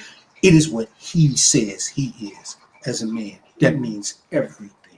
And so I don't understand that concept. It's just not something I can compute. It's funny because when it comes to gender roles in general, I learned a lot of this shit. I learned a lot of shit around gender roles on the internet because I grew up and I was the only female in my house. I was my dad and my brother. And my dad put me in like Christian charm school for girls because he thought I was a little too tomboy. Oh Lord, right? It didn't work. It did not work at all. Let's just say, thankfully, I just grew out of a lot of shit. Yeah, right. No, I bet if we was rolling though and something came up, your paws would come out quick than a mug though. Funny enough, as soon as I went to live with my dad, the first thing he taught me how to do was fight because I had to go to public school. And because my previous school, I had knew everybody grew up with them since I was like 2. Right. So I was going to a public school, it was like 3rd grade. And my dad was like, we got to teach you how to fight. So yeah. Yeah. So, but at any rate, I really felt what you were saying because I think a lot of times we have this belief around masculinity, and it's this perspective that again that comes from a Eurocentric perspective. If you look at how they hate women, like I just think their whole culture is built on hating facts. Women. And so and they tend to think that anything that is nurturing is somehow feminine and therefore is negative. And it was really what that is, right? Because there's nothing feminine about being nurturing. You're literally a human being. We thrive off of human connection. That is how our bodies and our brains literally thrive. The reason why those kids and those executives, the reason those kids and executives are able to thrive is because they're able to feel safe all the time. Yep. So they don't. You gotta touch your babies. You gotta look. I know what my kids smell like. Exactly. All right, I'm serious. I can close my eyes and I can smell them. Right. As you should. I touch them. I kiss my son and my daughter on the face, on the mouth. I don't care where I can reach them. They get hugs and kisses from dad. Right. Because it's not just important. See, I think a lot of it too comes from the fact that when you're chattel, and I said this in that same thread, remember I said, when you're chattel, children aren't a blessing. They're more work. Yes. Right? And if you have that mentality that we dragged off the plantation, children never seem to get around to being a joy for us as a people. They always some other shit we got to deal with. Like, we even talk about them like that. Girl, I got to go my ass up to this school and deal with these motherfuckers up here because this nigga acting out in class again. It's more work. We never get around to seeing the amazingness of a life that we help create that has infinite fucking potential. Infinite. It can literally become anything you could possibly imagine. And we don't get lost in the marvel of that. We don't get blown away by the complete awe-inspiring majesty of that. And not only that, we don't see ourselves as amazing because we get to actually husband that and shepherd that and be helpers of growing that. Like, I don't understand parenting for us. It's well, I mean, it's something that Dr. Stacey Patton said, and I really like a lot of her work. Oh yes, love that sister. There's another woman named Mother Bay-Eyed. I can't remember her real name, but I like her. She's on Twitter too. But one of the things Dr. Stacey Patton talks about, and I'm pretty sure I brought it up on the show because it's one of my favorite points that she makes, is the fact that Black people haven't even been allowed to be parents and families except for the last 40 years. Yep. How could you parent during slavery? How could you be a family and build strong bonds and connections during slavery? Again, like we talked about before, about what you had to do to your child in order to keep your child alive, right? How could you be a parent during lynching and Jim Crow? How could you really, when you have the only thing you can teach your child to do is how to survive that day? How can you get the chance to be a parent when your legacy and your ancestors? I always think about it like this, and I'm pretty sure I said this on the podcast that's coming out tomorrow. We have to think about the fact that there were mothers who had to teach their 10-year-old daughters how to be raped. That was parenting during slavery. Yep. So today we're just now learning how to be parents. One of the reasons why I do the work that I do and I teach the shit that I teach, because I sincerely believe that if we can connect to who we really are as a people, we can connect to who we are as family, we can connect to who we are as parents, we can connect to each other as community. We can't sit up here and say we have all these complaints about the opposite sex, not realizing that we're the ones who have the power to create the type of partners that we want our children to be and to have.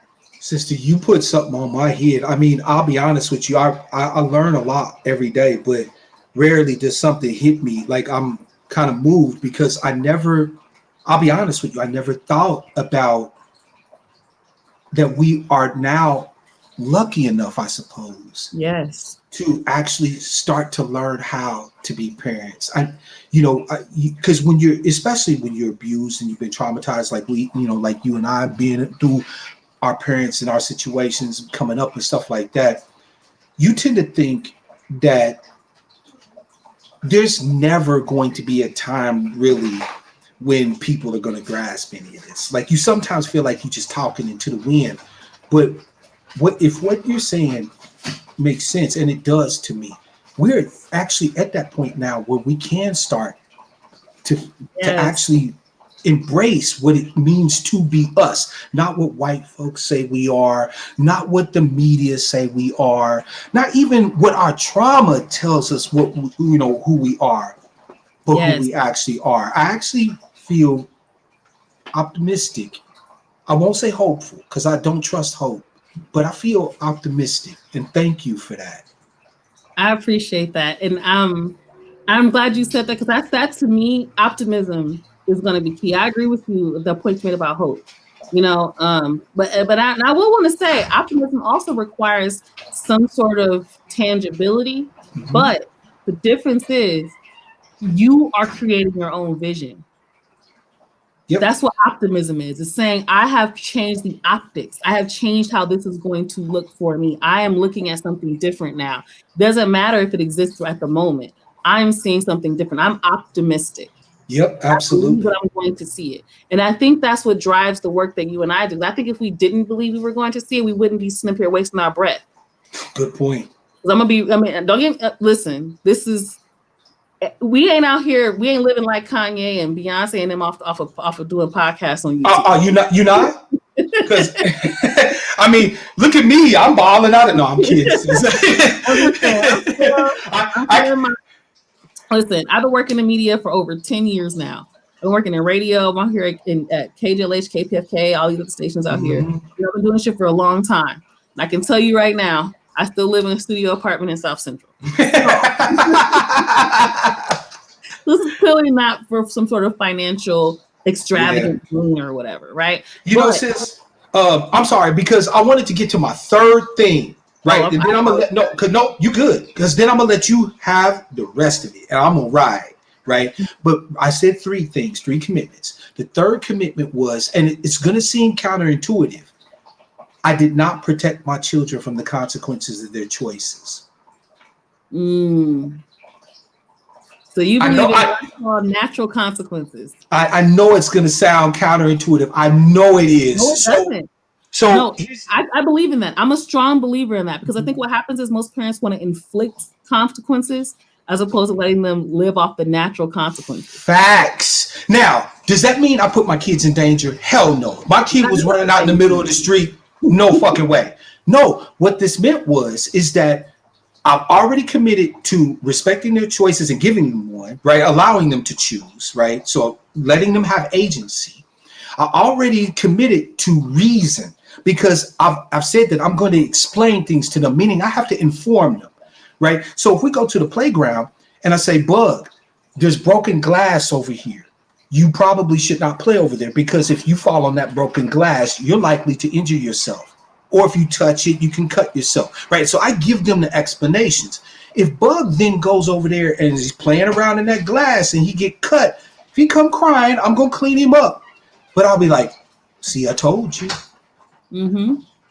And I don't rub it in. I don't, shit on him for it. I don't have to. His consequence, right? He got the message. Oh, I'm not gonna mess around with that glass over there. Why? because that glass will cut me. Now notice, sister, not because dad said I can't mess with the glass. That's not what I want for Bug. I want him to know that glass will cut him and to make the choice himself, not to fuck with it. Look, So I didn't protect him. You need to be teaching these shits I teach. You know, I'm not even. You think I'm fucking joking? I ain't even fucking joking. I'm dead. I would love to teach. I would love to teach something like that. I don't know black men that are teaching the shit that I'm teaching. I know men. I know a white guy who's teaching it. I know a lot of women. Teaching is mostly women. I don't know any black men. I think there might be one that exists. I just don't know him because I think I've heard of him. But I would love to see my black men talking to black men as a real ass black man. To about this, because what you just everything you said was super important, and it's things that I actually already teach. So I talk about natural consequences, and I actually started even changing that. I started calling them natural impacts, because sometimes it's not even necessarily negative. It's just something that's going to occur because as a result of, right. Absolutely. So those are natural impacts. And the other thing I would do when I was a nanny, I was a full-time nanny. But I don't have kids, so people always wonder if I have kids. I don't have kids. I've actually been working with kids for 20 years. So that's I have more experience with a variety and a range of children than pretty much any parents. So, girl, what you talking about? You got everybody kids. That's what the thing is. You got everybody's kids. And I'm that person. I'm everybody auntie. So yep. I'm that person. So if people like drop their kids off, I'm with it. I'm that person. I'm sending them right back to you. They're gonna be happy, and you're gonna be happy. Yep. But one of the things I would often talk about, and I would say, kids have to understand why they're being told something, or why these are the rules, or why this is the way that we're doing things. You can't just assume that they're supposed to just fall in line, because they're not robots. One of the things that would bother me, so my class is 10 weeks, right? It's a 2-week course. And people go through the course thinking that they're going to get tips and tricks on how to get their kids to do what they want. Most of the people that take my class are people from the community, but I also get to have a good percentage of people who are DCFS referred, meaning they're referred by Children and Family Services because they abused their kids, or there was a domestic violence situation in the household, or a child was in some sort of danger, right? So, but the majority are community members. And they just want, I have to keep telling them, your kids aren't robots. There are no tips and tricks to get them to do what you want. It doesn't exist. They're going to defy you. They're going to cry. They're going to have issues. They're going to do, but guess what? What you're going to teach them, that when you have those moments, you can still come back and repair them. Yep. You can come back.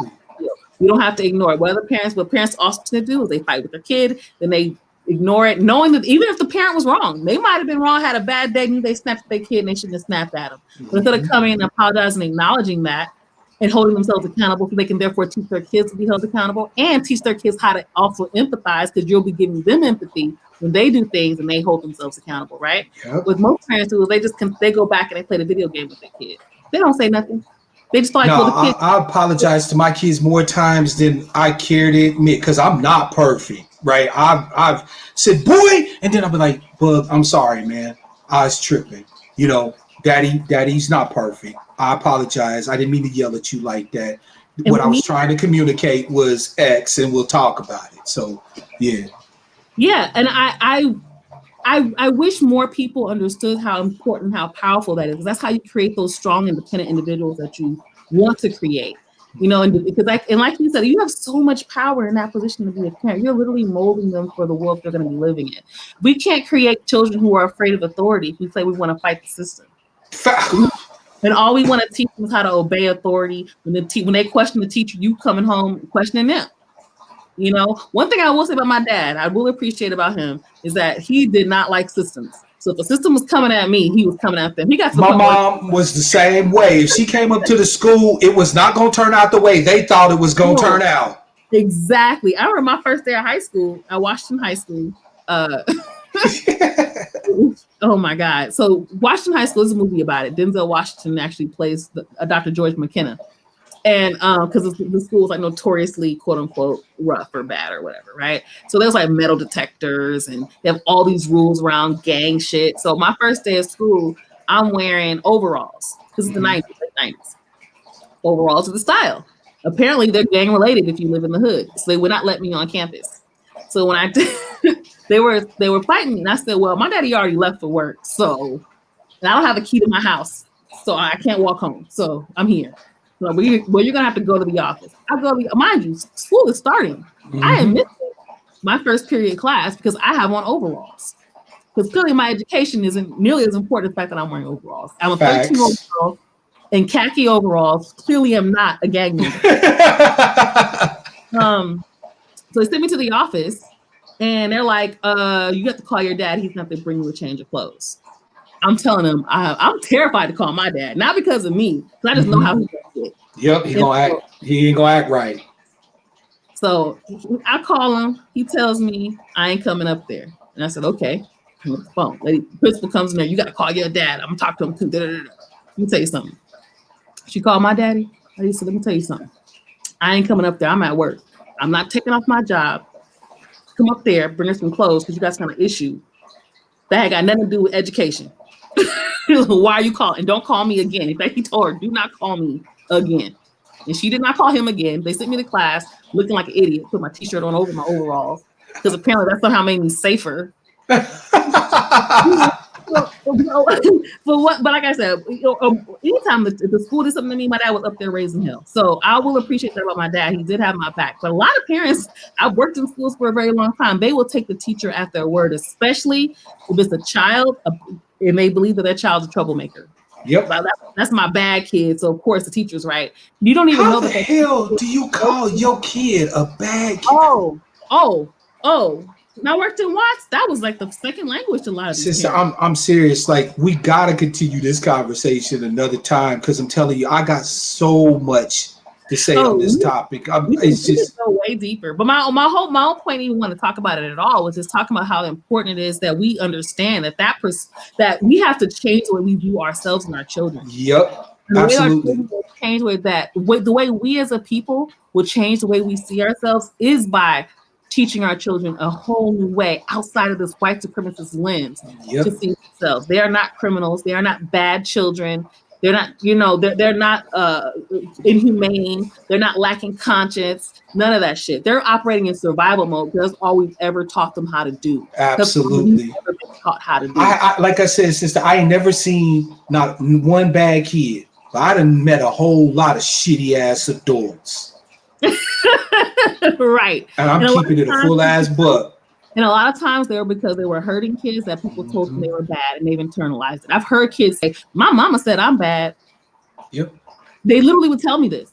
And I'll tell them, baby, you are not bad. There was nothing wrong with you. You are not a bad child. You just need me to help you out. You don't understand this, whatever it is, but you are not a bad child. But this is what gets implanted. But like you said, like you pointed out, or you pointed out that I pointed out, which is that we're in a new era. You have an opportunity to change this.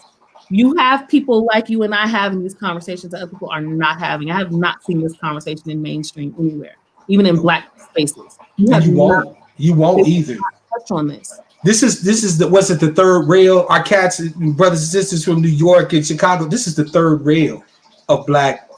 When we talk about Black family upbringing, child rearing, it's the third rail. It's the last taboo. You could talk about anything. You could talk about divestors, misandry. You could talk about, you name it. You could even talk about religion and Black people need to get off this type of religion and opposed to this type. You could talk about all of that. You start talking about how we raise children, and people disconnect. You could watch them do it in a way that's not brutal. Because remember, they praise the parents they praise that Black mom who was smacking her kid up. Oh, but they praised Kyle Rittenhouse for being a hero, for going 20 miles away from where he lived to a protest he didn't have nothing to do with, and shooting and killing 2 people and injuring 1. There we go. You see how this shit is. You see clearly what the game is. They keep portraying us as being these violent parents, and we buy into that shit. We see these commercials and TV shows of Black women going to fuck off on their children and their husbands. And we're like, yeah, that's how Blackness. That is not Blackness. You look at these blue check motherfuckers who don't even know Black people, who spend most of their time in the fucking suburbs. Boom. And and if you pay attention, I honestly think most of my quote unquote, I'll say my aware friends were just whining about blue checks, and that's how they're really paying attention. These motherfuckers really don't know shit. I'd be like, wow, these people are not even from these communities, but they have everything to say about Black people and Black communities. But they're not touching on this shit. They're not going to talk about the fact that it's not that we've been traumatized and we can heal this shit through our parenting. I'm not talking about that. What are they talking about? Kissing Kamala and Biden's ass and Me Too movements. They're talking about Chucks and Tims. And shake your ass to the pose. Oh, that shit. And let me tell you something also that really bothers me about that Me Too. I'm a sexual assault survivor, multiple sexual assault survivor. Like, I'm a real fucking person who dealt with some real fucking shit at the hands of some really fucking evil people. So I'm not a motherfucker who's just up here pushing aside a movement that's supposed to help survivors. They're not helping survivors. Nope. Demonizing our men is not helping survivors. Because the people that also helped me feel safest were Black men. The reason why I don't hate men today, a lot of those who hate men and hate Black men in particular have been brutalized and hurt by Black men. Of course. I was too. My father was a very brutal person. But the reason I don't hate Black men is because there were wonderful Black men in my life who made me feel safe. And I want to end on that as well. Even if you don't have children, I don't have children. I just love Black children. That's what's up. I didn't even know I was abused when I was helping abuse children. Didn't even know. It was just part of naturally what I was doing and who I was. Because I care that much. You don't have to be a parent.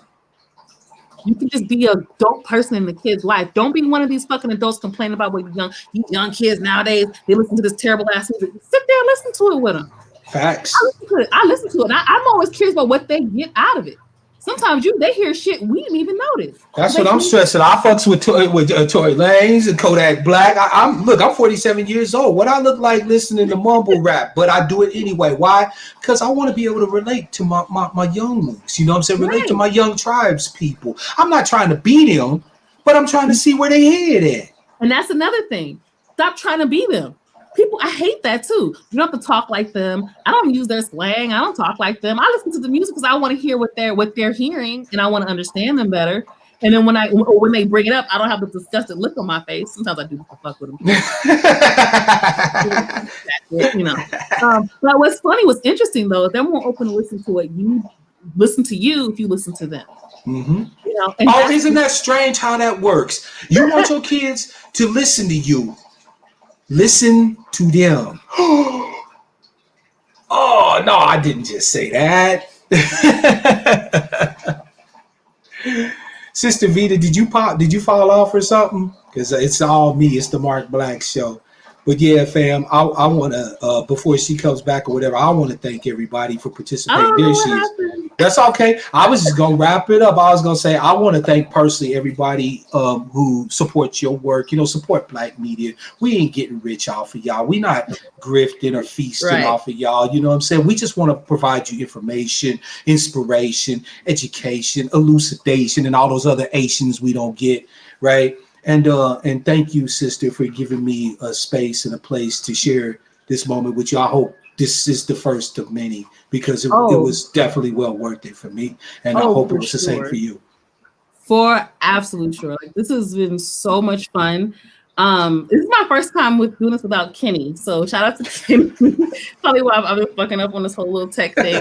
I'm really better with the comments, but it's hard to do this and do the comments. So it takes practice. Trust me. I've been at this YouTube game for like 5 years. All right. So it takes some practice. You'll get there. Yeah, I'm working on it, man. I'm working on it. Hopefully I'll get better. I will get better. I'll say that. I'll be honest with you, this whole online live camera thing. I'm radio. We don't do cameras. It's just a way different world. So this new technology and all this shit, like, it's great because it's great to have these spaces and these platforms. And this is what I was getting at before. It's great that we have these spaces that you can have these conversations. Yep. But where can people find you? Well, I am, of course, at Black Outkast Media Broadcasting, Outkast spelled with a K, right? You can find me there. And I'm also on Twitter at Black Outkast. Don't really fuck with FedBook. Deal with it, right? But I do have a FedBook presence. I just don't talk about it because fuck FedBook. But, I like FedBook. I can't fuck with FedBook. It's too many. I'm cool, right? But yeah, you can find me on Twitter at Black Outkast and also here on YouTube with a K. With a K, Outkast with a K. That's right, like Andre 3000. You know what I'm saying? But yeah, and also, my Angry Black Sheep. No, I've got contact information on my community page, email me. I'll give you my number. I'll connect with my people. This ain't fun, just fun for me. I should say it is fun, but it's not just fun for me. It's about getting together, making those connections, putting in the work, healing, bringing our people up, uplifting us constantly. I live, eat, sleep, dream, shit, and one day die, my people. So that's where y'all can find me, peeps. Well, thank you so much. Thank you, Yara J. Hopefully I'm saying that right. You said you follow me on Twitter. Hopefully I'm following you back. If I'm not following you back, message me. So I try to follow people back as much as possible. But you have to interact with me so I know to follow you. You guys can find me, like I said, on Twitter. I'm at Lifestar Media. I think there's a way I can actually put this on the screen.